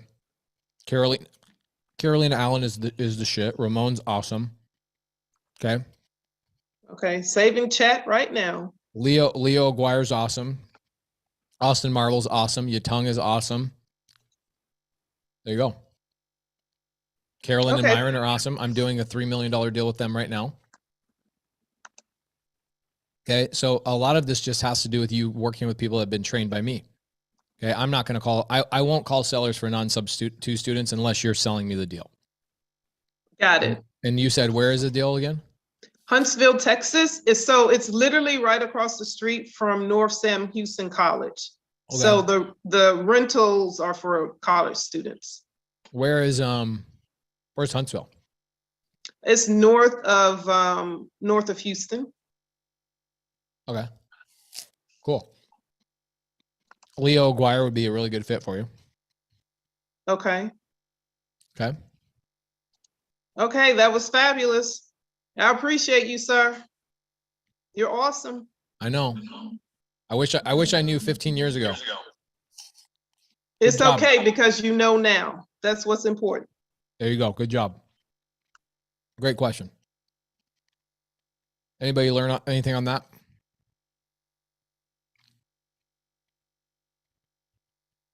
Are you now kind of seeing the vision of what we're trying to do with this challenge, and trying to get my sub 2 students to help you guys out?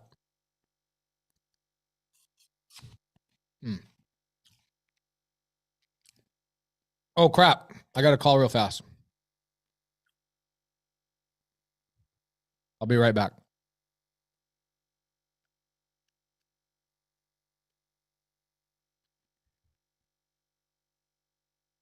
I lost track of time on my own money-making activities. I'm sorry.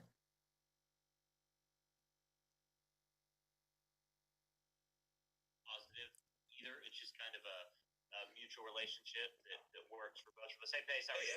What? Yeah, let me, thanks, Pacey, for jumping on. I'm so sorry, guys. I have a Zoom with 1,000 people on here. I'm so sorry.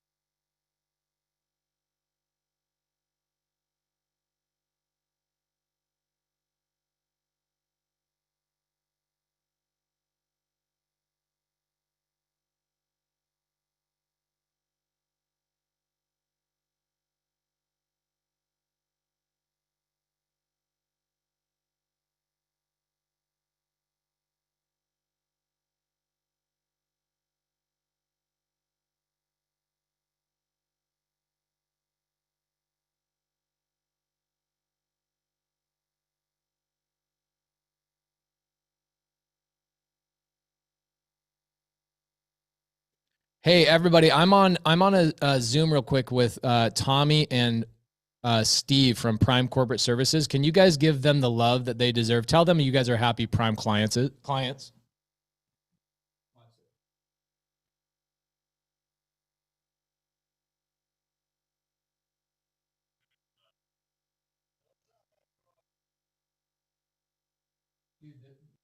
that will go on for. Oh, thank you guys. Thank you.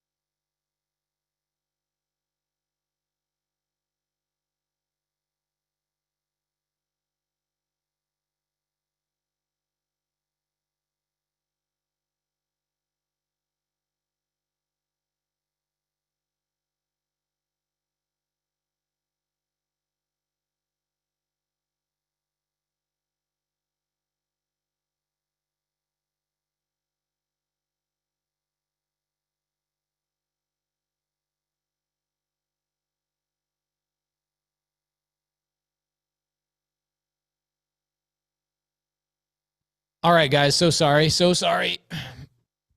That was a meeting I could not push back. All right, let's get into it. Let's do some more Q&A. I'm so sorry about that. Can you forgive me? Can everybody forgive me? All right. This Zoom went a little bit different than I planned. Tomorrow I plan on doing a lot more. I'll do a longer general thing with you. I want to teach you guys like the basics of real estate, like starting from A to Z. Nathan, what's up, dog? Hey, what's going on, Pace? What's up, man? How can I help you today? So yesterday I started trying to call some buyers and buyers agents. I was getting a lot of pushback from these agents not wanting to give any information, almost acting like I'm trying to steal their client. And I made it very clear, like, I'm not a real estate agent. I'm just looking to provide deals for your clients and, off market deals so that, and then you would be able to market, you'd still be able to sell it once they remodel it. And I was getting a lot of pushback. I was asking, I guess my question is, how do I present this to these buyers agents if I cannot find the direct line to the buyer?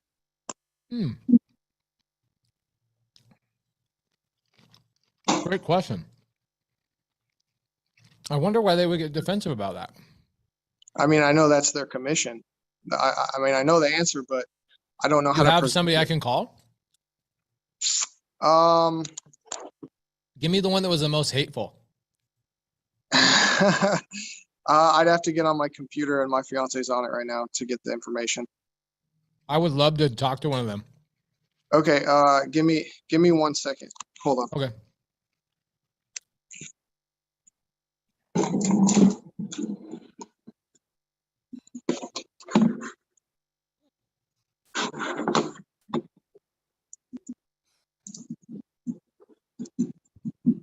Okay.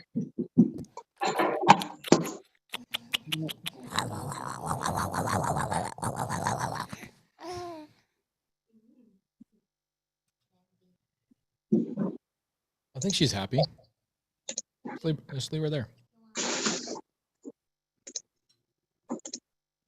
Say, Mom, I'm in my studio. All right. Sorry, Pace is taking so long. It's all good. I'll call them as if I don't know who you are.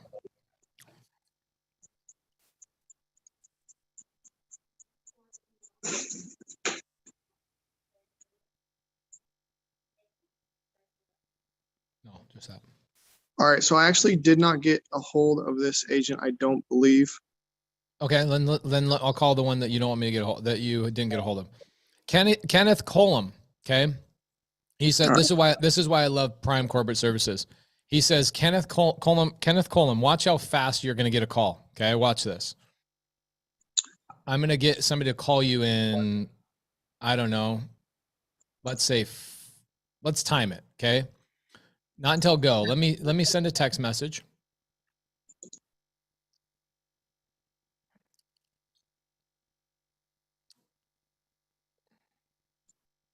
And I'll tell you when to go.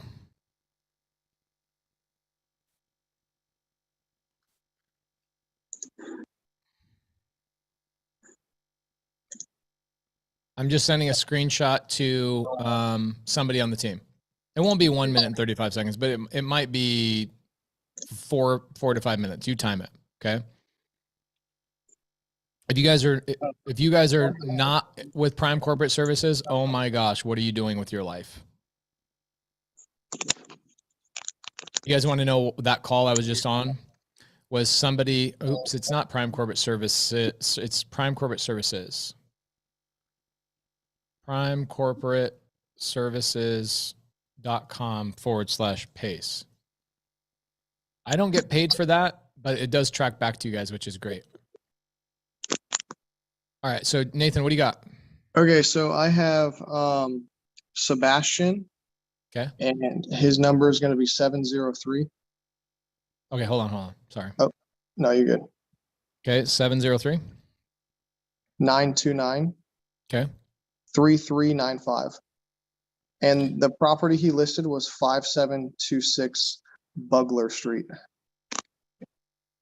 Bugler? Yeah, Bugler, Bugl. In what state? Maryland. It's in Capitol Heights, Maryland. Okay, cool. Let's call him. What's his name again? Sebastian. Of course it is.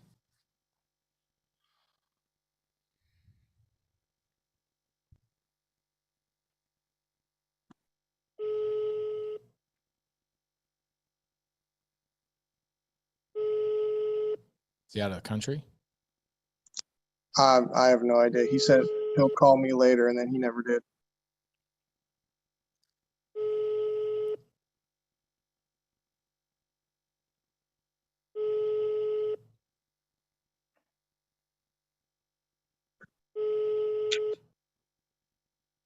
Your call has been forwarded. Are you sure that's the right number?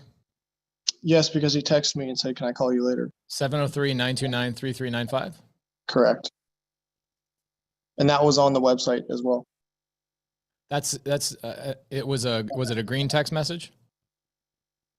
I don't have an iPhone. What are you doing, dog? I don't know what you're doing with this iPhone. Because I can tell when somebody has an iPhone if it's a real number, if it's some stupid droid software that they're texting me with. Your call has been forwarded to a See, I have another one. I have Danny Lowe. His number is 301 613 6867. hold on. This guy he does have an iPhone.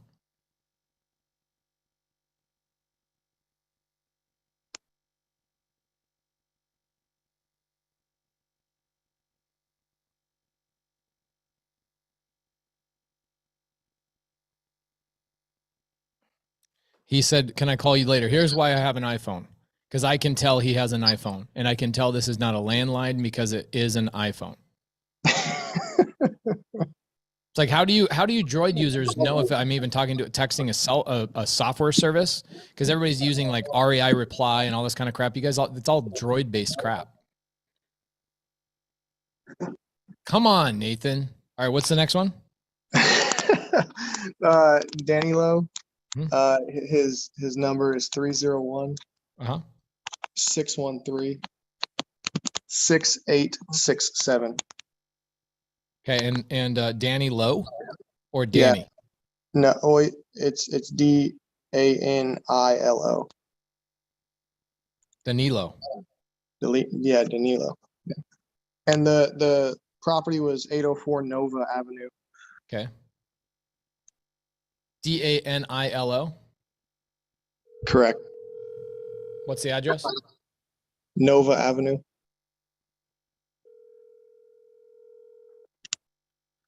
(804) Nova.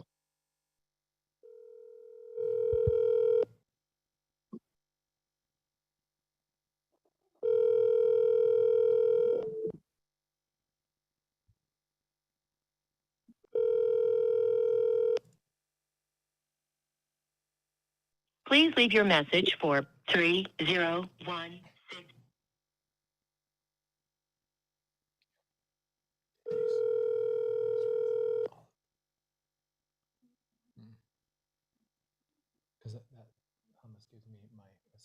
Please leave your message for. You know the hardest part about, hey, Laura, before you leave, my wife is top 0.5% of agents in Arizona, so she knows the answer to this. What's the hardest thing about doing business with an agent? They don't answer. Oh, she said they shit all over their own deals was her answer, but the real answer is you can't even get a hold of them. She's like, oh yeah, they don't answer their phone. It's like, Yes, I'm top producing agent doesn't pick up their phone. So you just got to keep calling them, keep texting them. They're lazy. Yeah, the ones I did get a hold of, though, they were like, oh, I guess I'll pass on your information and see what they say. I feel like I'm never going to get a call back from them. Just a question. Why are you submitting deals to agents instead of just calling buyers? I tried looking up their information. I couldn't find it. Either it was an LLC or. And you don't know how to look up LLC info? No, I'm not really. But I did find actual people who didn't have LLCs, and I True People searched them, and either the numbers didn't work or I couldn't find them. So here you go. Devon or Devin has the answer. It's opencorporates.com is where you go to get LLC info. A problem has just been solved. Right. I wrote that down. There you go. There's your solution. For the agents? Okay, Nathan, don't submit deals to agents that are representing buyers. Why not just go directly to the buyer? Right. And I have a bunch of buyers that didn't have LLCs and I could not get a hold of them. And that's why. Okay, well, you just keep calling, right? I almost feel like I should just sit here and just call people all day long so you see how many no's you're going to get or how many non-answers you're going to get so the expectations are set properly. Because Nathan, it sounds like your expectations are that you should be getting a hold of everybody you call. No. It's not that. It's not about them not answering. It's about getting the actual information. That's what I'm trying to tell you. Like, I'm not finding the information online. I can't find the buyer's numbers. So here's what is really going on. You have the resources you're utilizing are either lacking or non-existent, right? So open corporates is going to get all the LLC information so you can call those buyers. Okay. Right. Also, you need to skip trace them with good skip tracing. It's like True People Search is only going to get you so far. So you hear us talk about batch leads and hear us talk about these things. That's why batch leads is so good, is their data is so much better than True People Search. So sometimes you just got to spend a little bit of money. Right. I have PropStream. So I don't know. I know you're talking about batch leads, but can you actually skip trace a person's name and not an actual address? Yes. Okay. I didn't know that. Who So. can help Nathan out on skip tracing and finding these buyers? Which one of the sub-2 students can help out? Nathan, who you got to call? Tanisha says call her. Okay, I'll call her. And you already are homies with Tanisha. Yeah. All right. Good questions. Really good questions. Anastasia.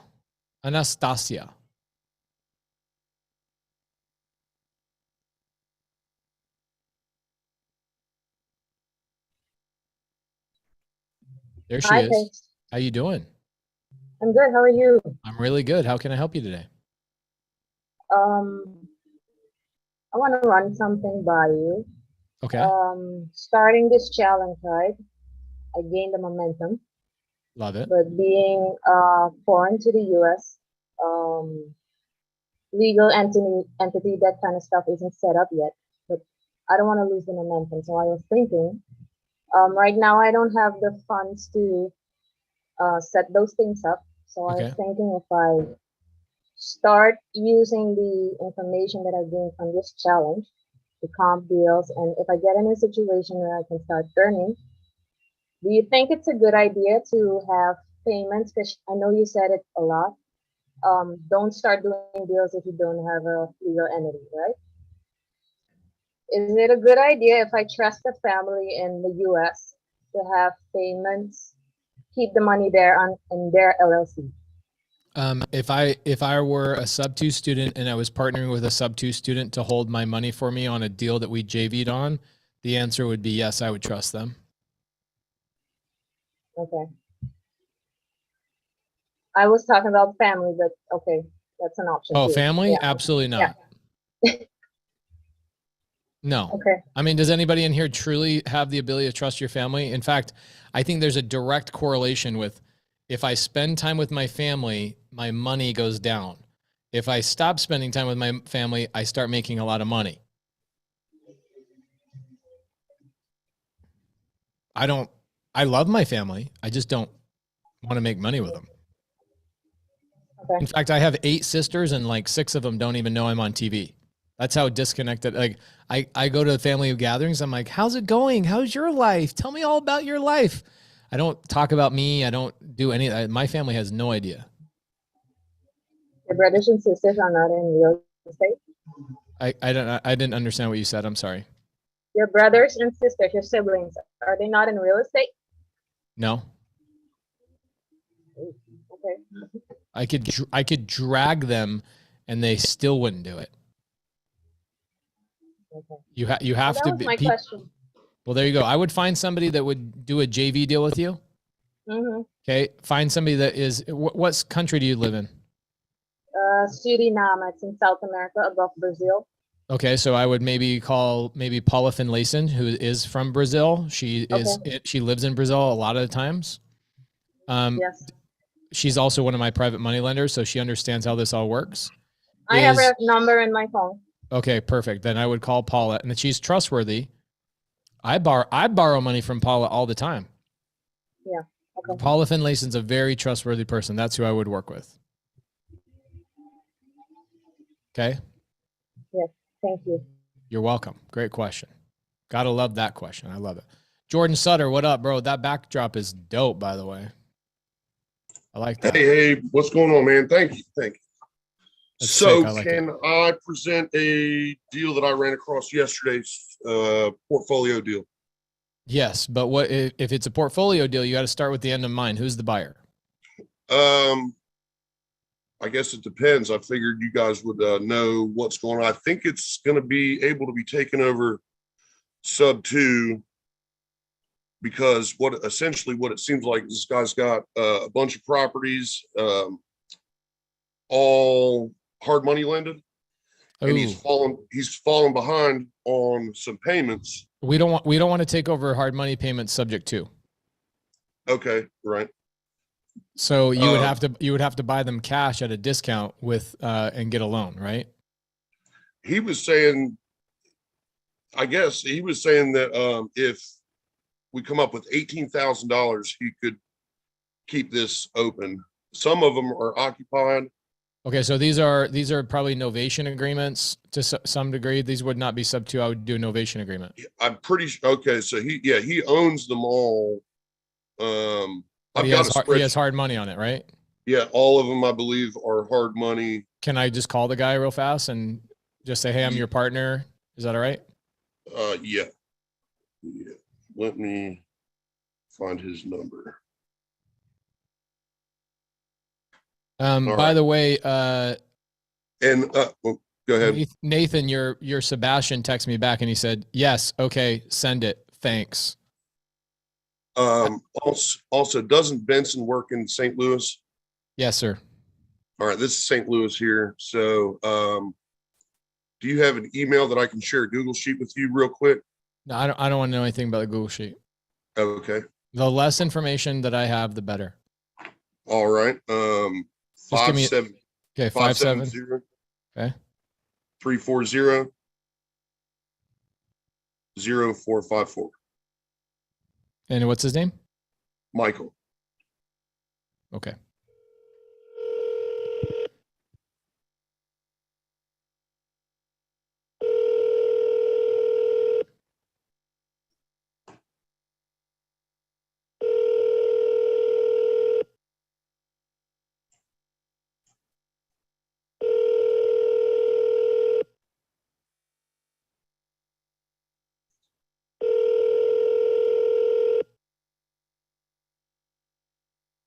And I just texted him, told him we were calling him now. Hi, this is Michael. Sorry I missed your call.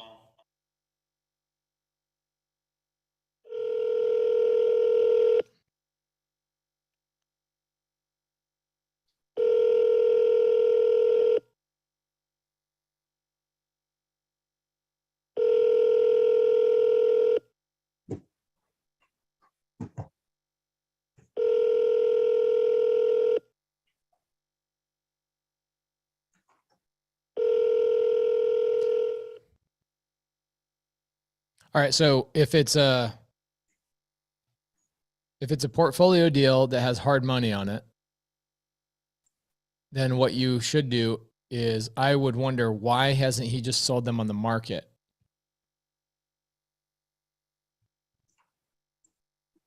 Yeah, I think this is kind of like the tail end of more properties. It's what it sounds like is he bought a bunch of stuff, hard money, and was going through it. And then he got his money tied up in some of his other deals and then got behind on his payment is what it sounds like. And he said that they told him they would renew. He just said, okay, so go ahead, call him back. Oh, he said, okay. Okay. Yeah, yeah. Scranton.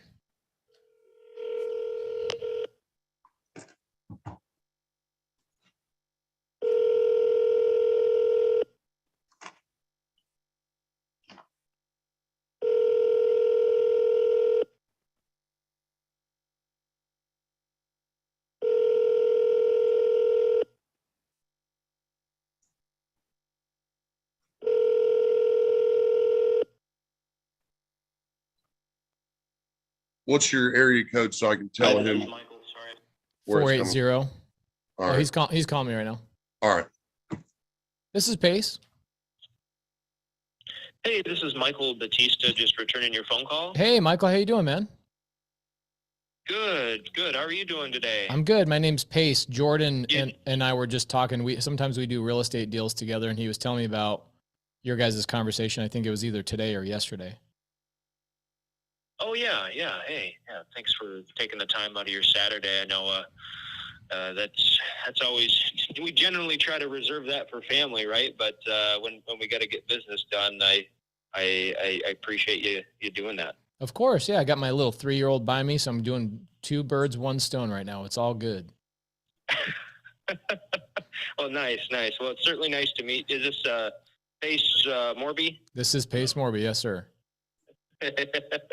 Nice, nice. I follow a lot of your content. I'm in your groups a lot, so it's definitely nice to meet you. Awesome. Thank you so much. What are you guys trying to do with the house or with the bundle of houses?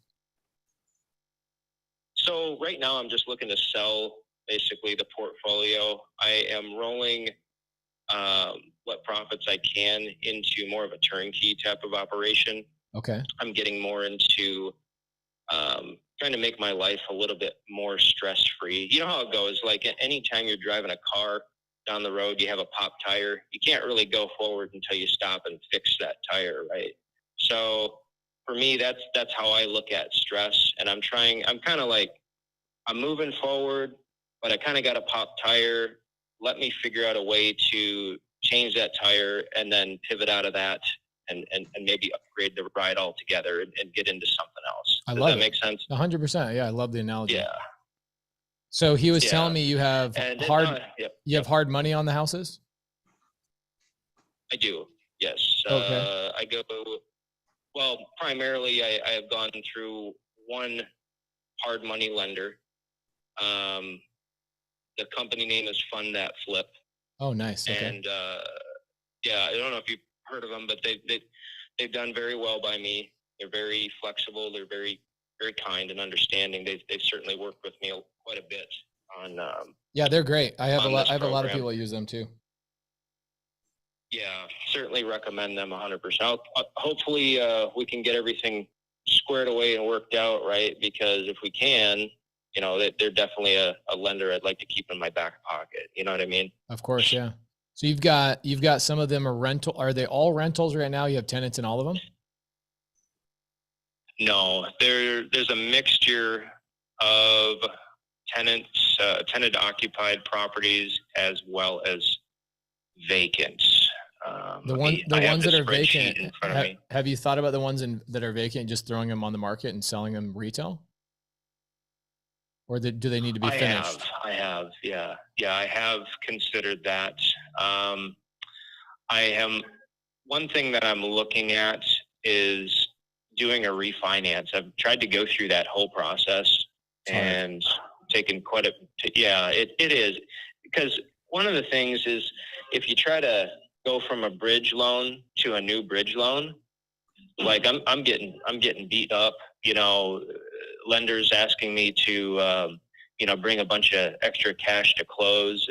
And I don't really have the available cash to close to operate and make that happen because I've got so much capital in some of these rehab projects. And of course, I'm not selling everything, but I'm selling probably like 85% of what I have. Okay. Because I can really only sustain about 15, maybe 20% capacity versus inventory. I had 4 partners in 2021, and a lot of those relationships, you know, they kind of got scared when the market has kind of done what it's done right now.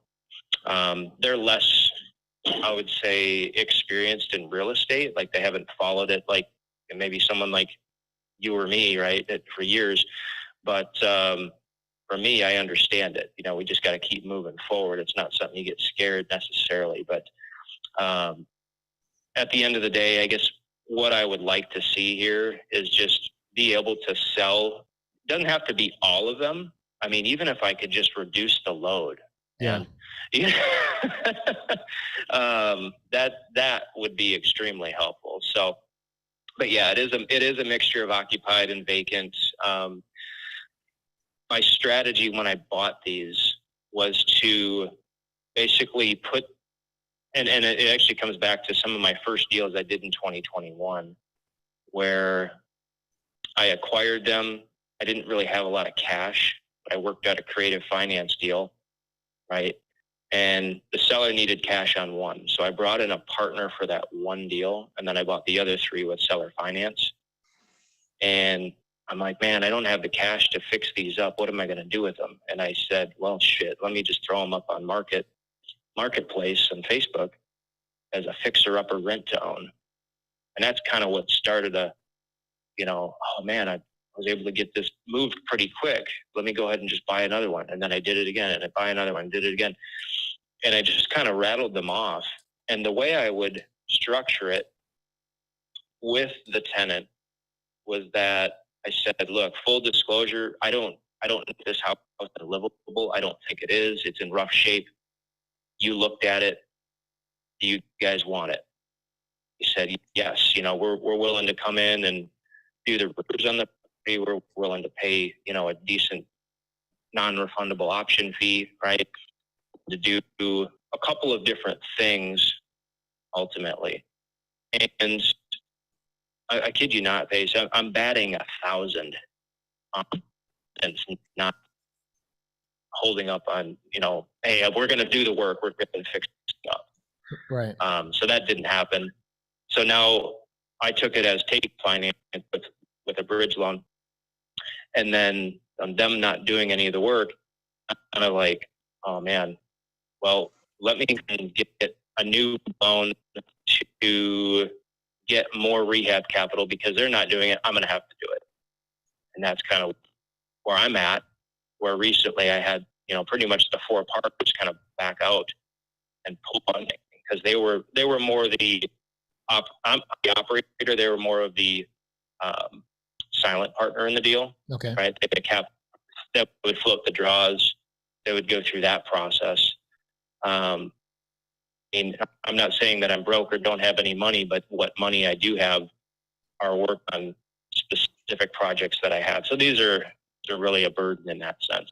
Is that a better picture? 100%. Yeah. Thank you for taking the time on that. That's super helpful. So it sounds like because Sure. you've got bridge capital on this, that's temporary. Mm-hmm. You've got to get these wiped out. Right. So really the only situation here is that even if you bought this subject to, that means the person that takes over that bridge capital has got a ticking time bomb on their hands too. So the person that's got to buy these just needs to come in here and get a, commercial loan and buy, I don't know, how many houses total are there right now?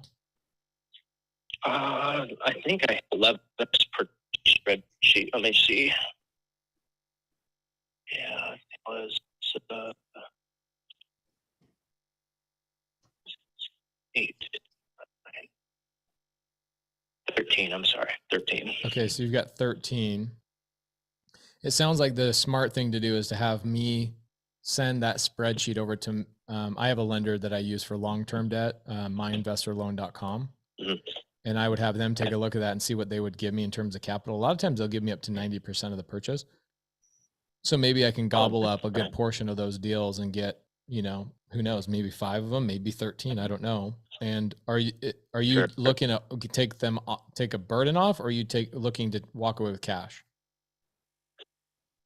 Some of these properties I do have priced right at about, just making here. So some points. I think the lender did definitely to extend terms another 6 months. This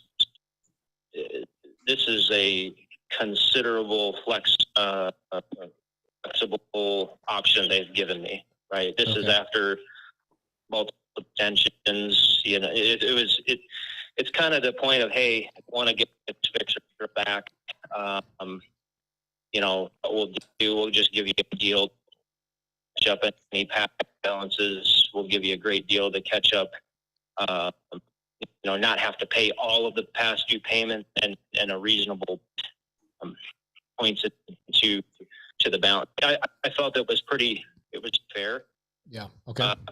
But by no means am I a master negotiator. When it comes to banks, that's something I'm still working on.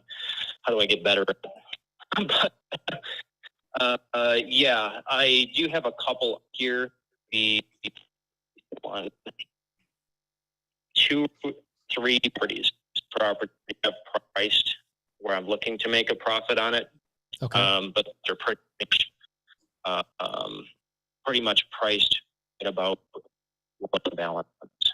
Okay. Here's what I'm going to do. I've got a call in a couple of minutes at 1 o'clock my time.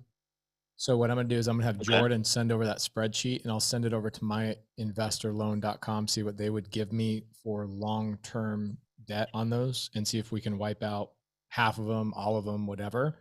And we'll look at your numbers. And what I'll do is I'll send you my term sheet once I get it from them. I'll go, hey, this is what they're willing to give me. Good news. We can wipe out all 13 and you walk away with X, Y, and Z.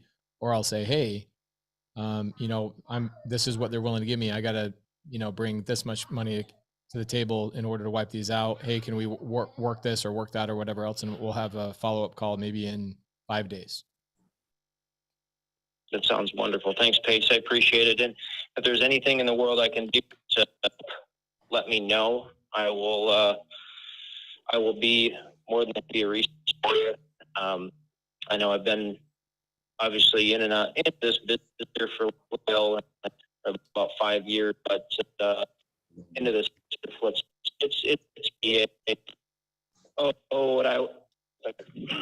really a whole level of this. Yeah, 100%. 100%. You know, but I would rather I have gone through, right?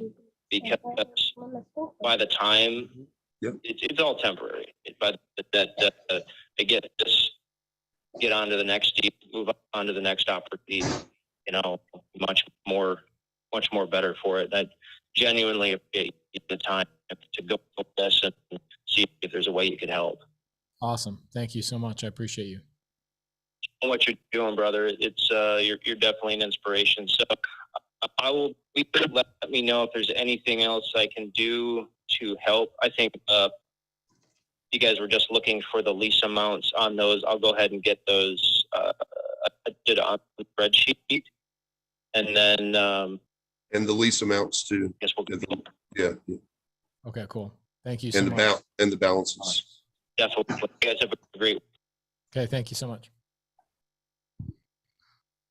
All right.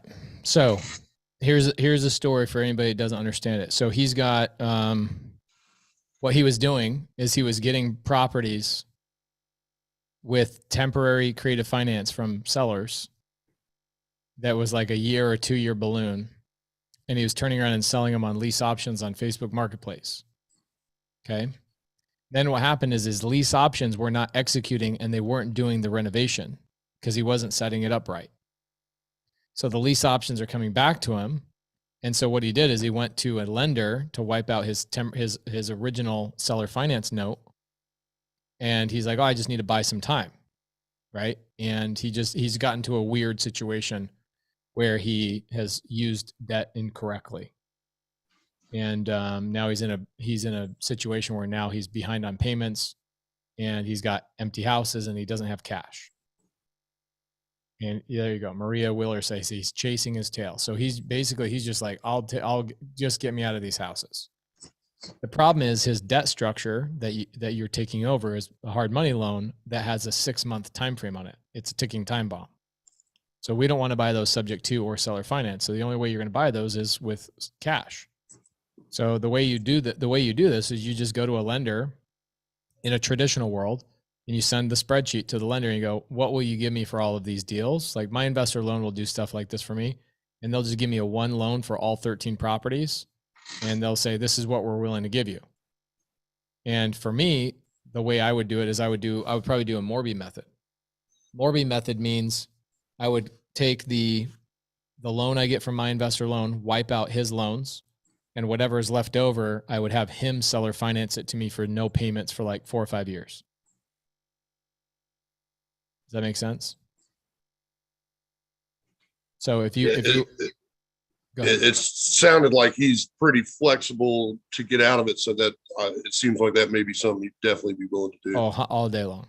Yeah. Amar, what's funny is Amar just says, why would someone do no payments for 4 to 5 years after you just heard a phone call of a guy who's desperate to get rid of it? Did you just tune in? Otherwise, he's going to lose his ass. Amar, how did we miss that? How did you miss that part of the seller call? That seller call was so critical for you to understand that there are sellers in pain. So here's a better question. Why wouldn't he? Ask that question. Why? Okay, why did I choose 4 to 5 years? Because that's how long it would take for these properties to appreciate for me to wipe him out. There you go. Good stuff, Jordan. I don't want to do that deal, but I'll still help you out. I don't buy deals in St. Louis. Okay. So, here's what I would do. Does it mean St. Louis is a bad market? No, it does not mean that. It just means that I have 19 places I buy properties and I don't want to buy properties anywhere else. I understand. I don't want them either. I don't buy in St. Louis myself. Yeah. So but one of the people this morning in our accountability group mentioned that Benson looks that way. So the smart thing to do here's what I would do is send an email to Molly, my operations manager. Okay. And I'll have her submit. Okay. Yeah. You got her email for me? Yep. Molly at americahomeoffers.com. Molly at americahomeoffers.com. Okay. Yep. All right.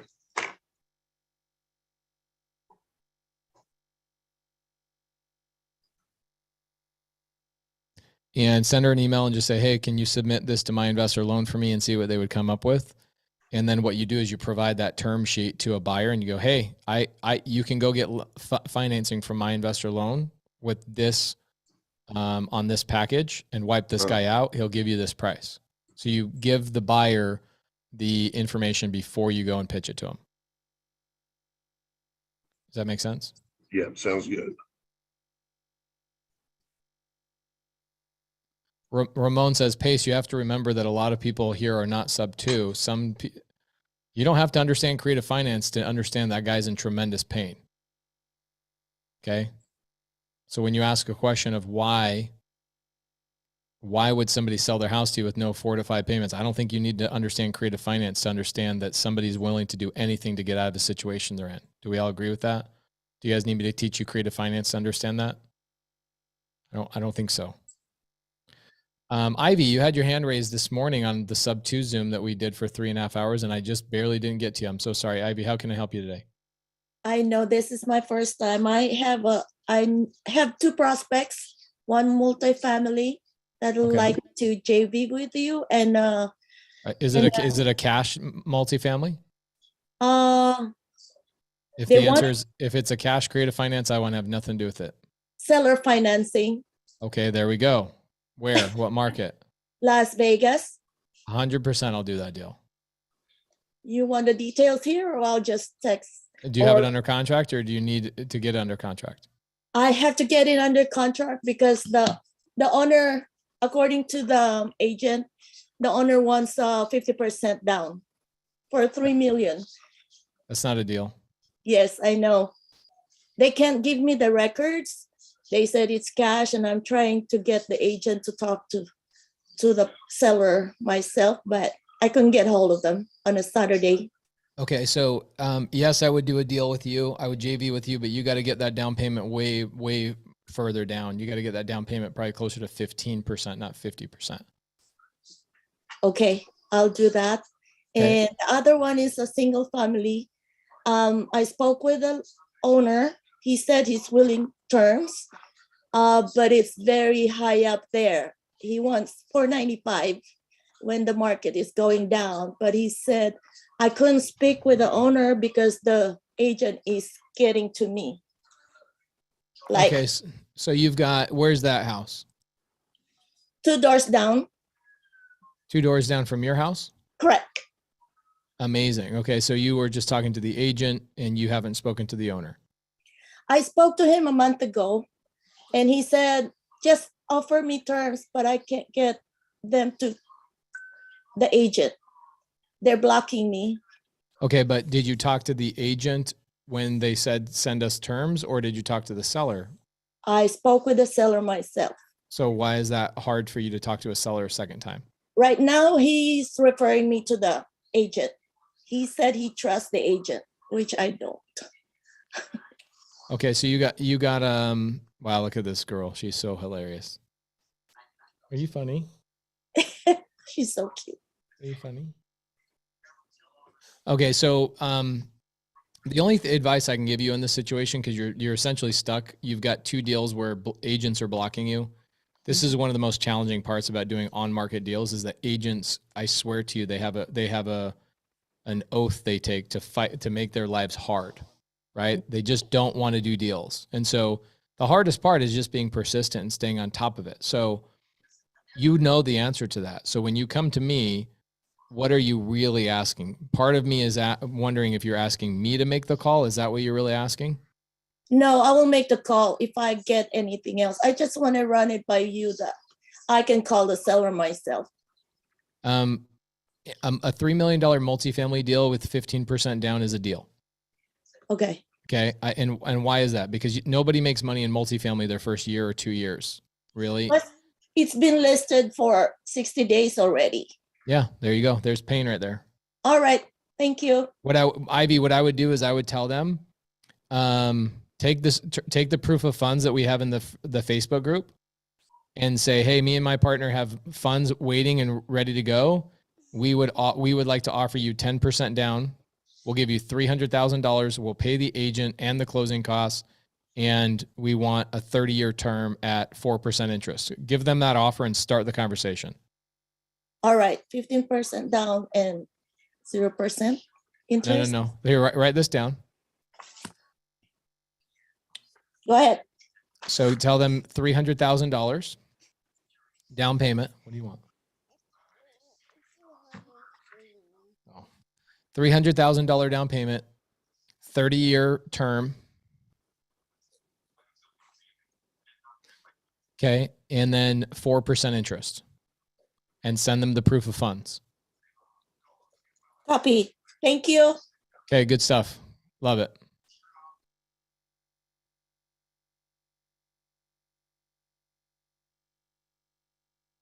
Angel, what's up, Angel? How you doing? Doing good. Alrighty. So the question I had, and Francisco answered it mostly. I was asking what systems to start my lead genning, because right now I'm lead managing for somebody, and I want to start lead genning in my own area. And so batch leads and FreedomSoft and Privy, are those like the 3 absolute most programs to get to start going? Yeah, hold on a sec.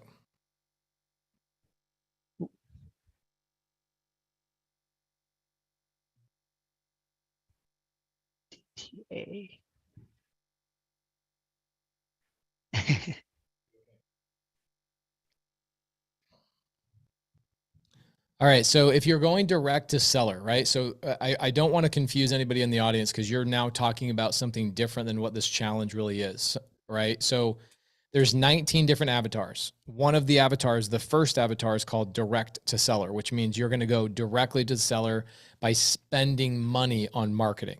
Okay. That's not what I'm teaching anybody in this group. Okay. Everybody understand I'm not trying to teach you what I'm about to answer to Angel. Angel's asking a question that is completely irrelevant to this current challenge, which I'm fine with him asking that question. I just need you to understand that, because in 20 seconds, somebody's going to come in here and go, but I didn't know we were supposed to be using batch leads. Okay. We all on the same page here? Okay. If you're going direct to seller, how are you going to get a hold of the sellers, Angel? You're going to call them, you're going to text them, or you're going to go buy billboards, SEO, PPC. What are you planning on doing? Cold calling, door knocking, and texting. Okay, so you are personally going to cold call? Yes, and I also have some people that want to join on with me in cold call as well for some experience, some non-sub 2 students. Okay, so here's what I would do. I would not spend, if you want to get going on, you're in Vegas or where? No, I'm in Wyoming, but I'm looking to start up in Colorado. Okay, so here's what I would do. I would find students in Colorado, and because you're not going to go door knock unless you're going to drive down from Wyoming down there, are you? Yeah, I plan on driving to Greeley and Foco, Fort Collins. Okay, got it. So I'm trying to think of a way for you not to spend a lot of money, because there's ways to just get going, and you have too many leads now, is like hire a cold caller and have them cold call, and now all you're doing is answering the phone calls. It sounds like that's not the direction you want to go. Well, right now I'm really just trying to like generate my own leads so I can wholesale them. And you're okay spending money? Yeah, I have money to spend. Okay. Then what I would do is you need batch dialer. Okay. And if you're not texting, I wouldn't say you need batch leads. Okay. What I would do is I would get a couple of students that you guys collectively go buy a list from either ListSource. Okay. ListSource is just a place to go buy a list, right? Put that list inside of batch dialer, and then have batch dialer when you get leads, those leads go into Freedom Soft. Okay. Okay. Perfect. You've got Monique Mankin that says she's in Wyoming. Let's get on a call and chat. Okay. Yeah, I'll go through the chat here and find her information. Or my phone number's here, so she can text me. Yeah, a lot of times people don't see it for some reason. Oh, okay. So I would just make sure you put you should message her. Okay. Okay, I will. Okay. Message her. And then, yeah, really, that's it.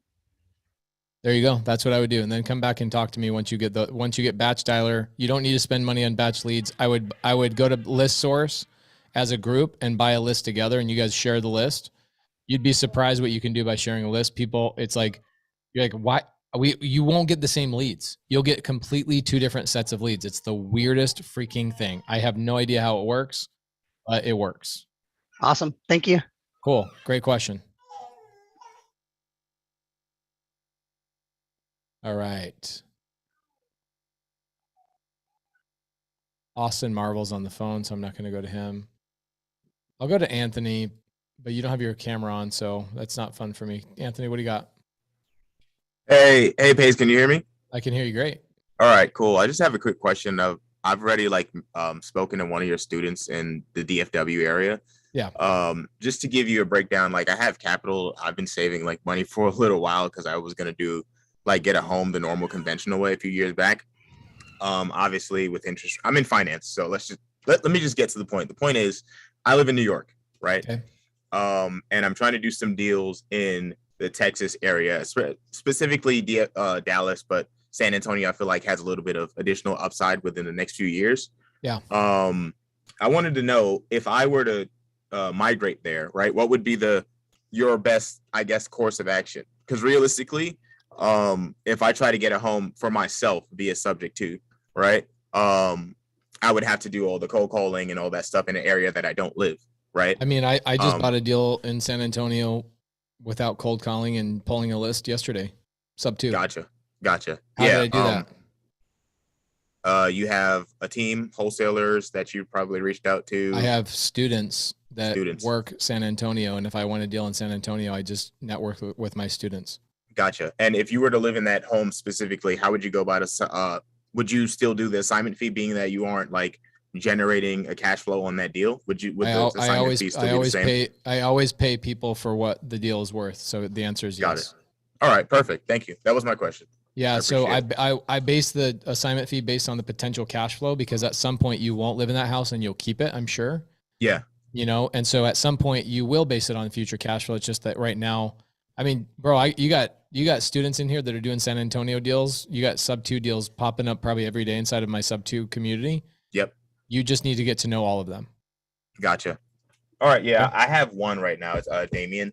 So yep, you need to get all of them. Gotcha. All right.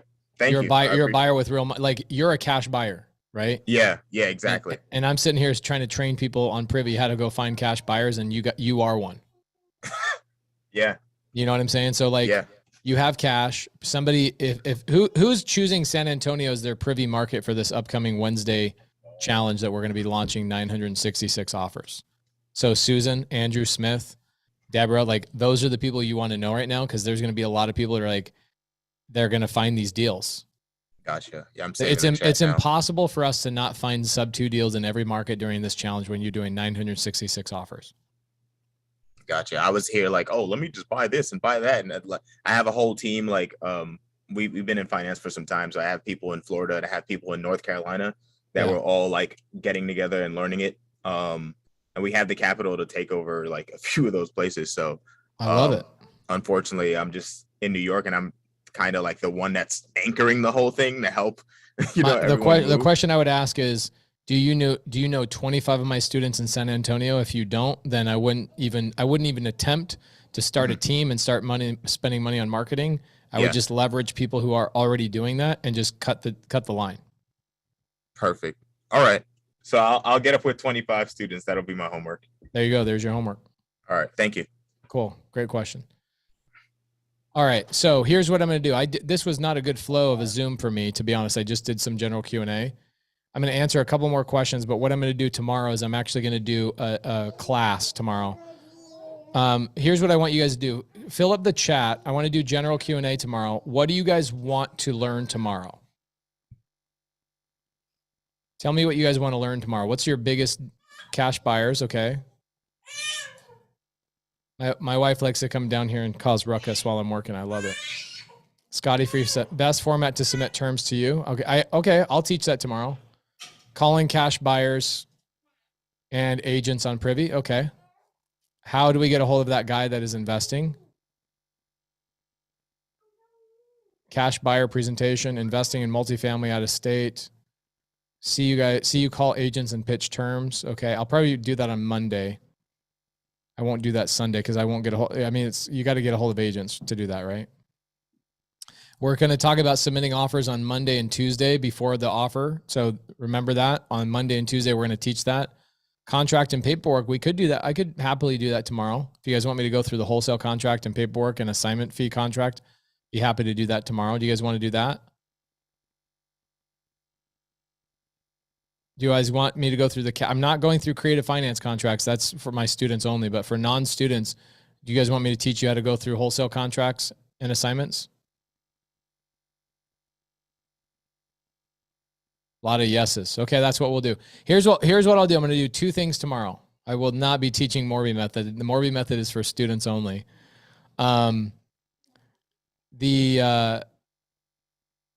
Okay, so tomorrow, guys, am I going to call agents? A lot of people keep saying call agents. Am I calling agents tomorrow? And why would I not call agents on Sunday? Tomorrow's Sunday. I'll train you guys, but we're not calling people. Okay.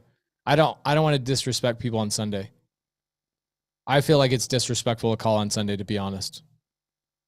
Personally, it's like, man, is there no religion or non-religion? I just feel like there should just be a day a week that could be called Jesus Day or Family Day or Ice Cream Day. Just one day a week where we can just not work other than edify each other. Like, I'm all about edifying and teaching on Sunday, but I don't want to call agents on Monday. Cool?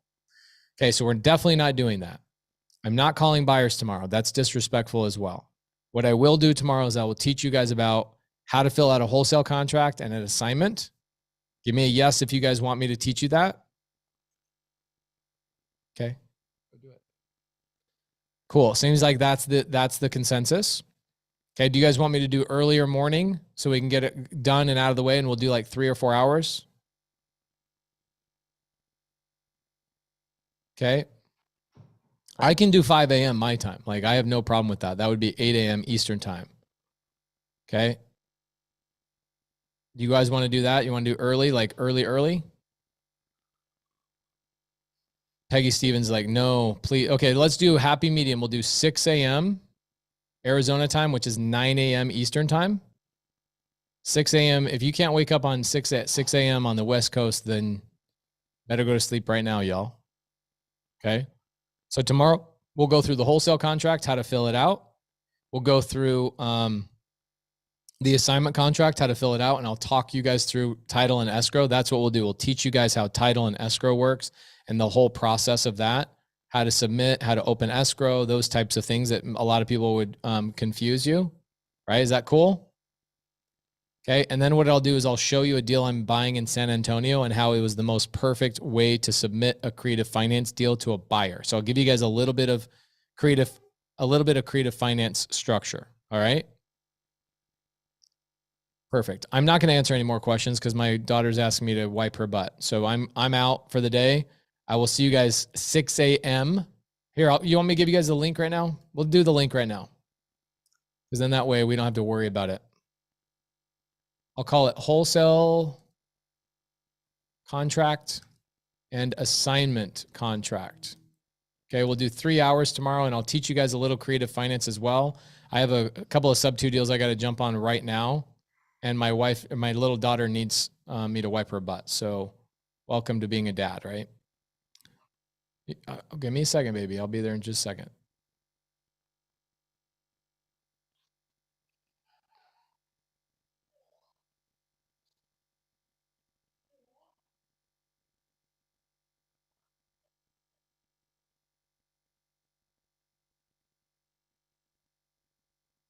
All right, I'm gonna turn the chat off for just a second, everybody.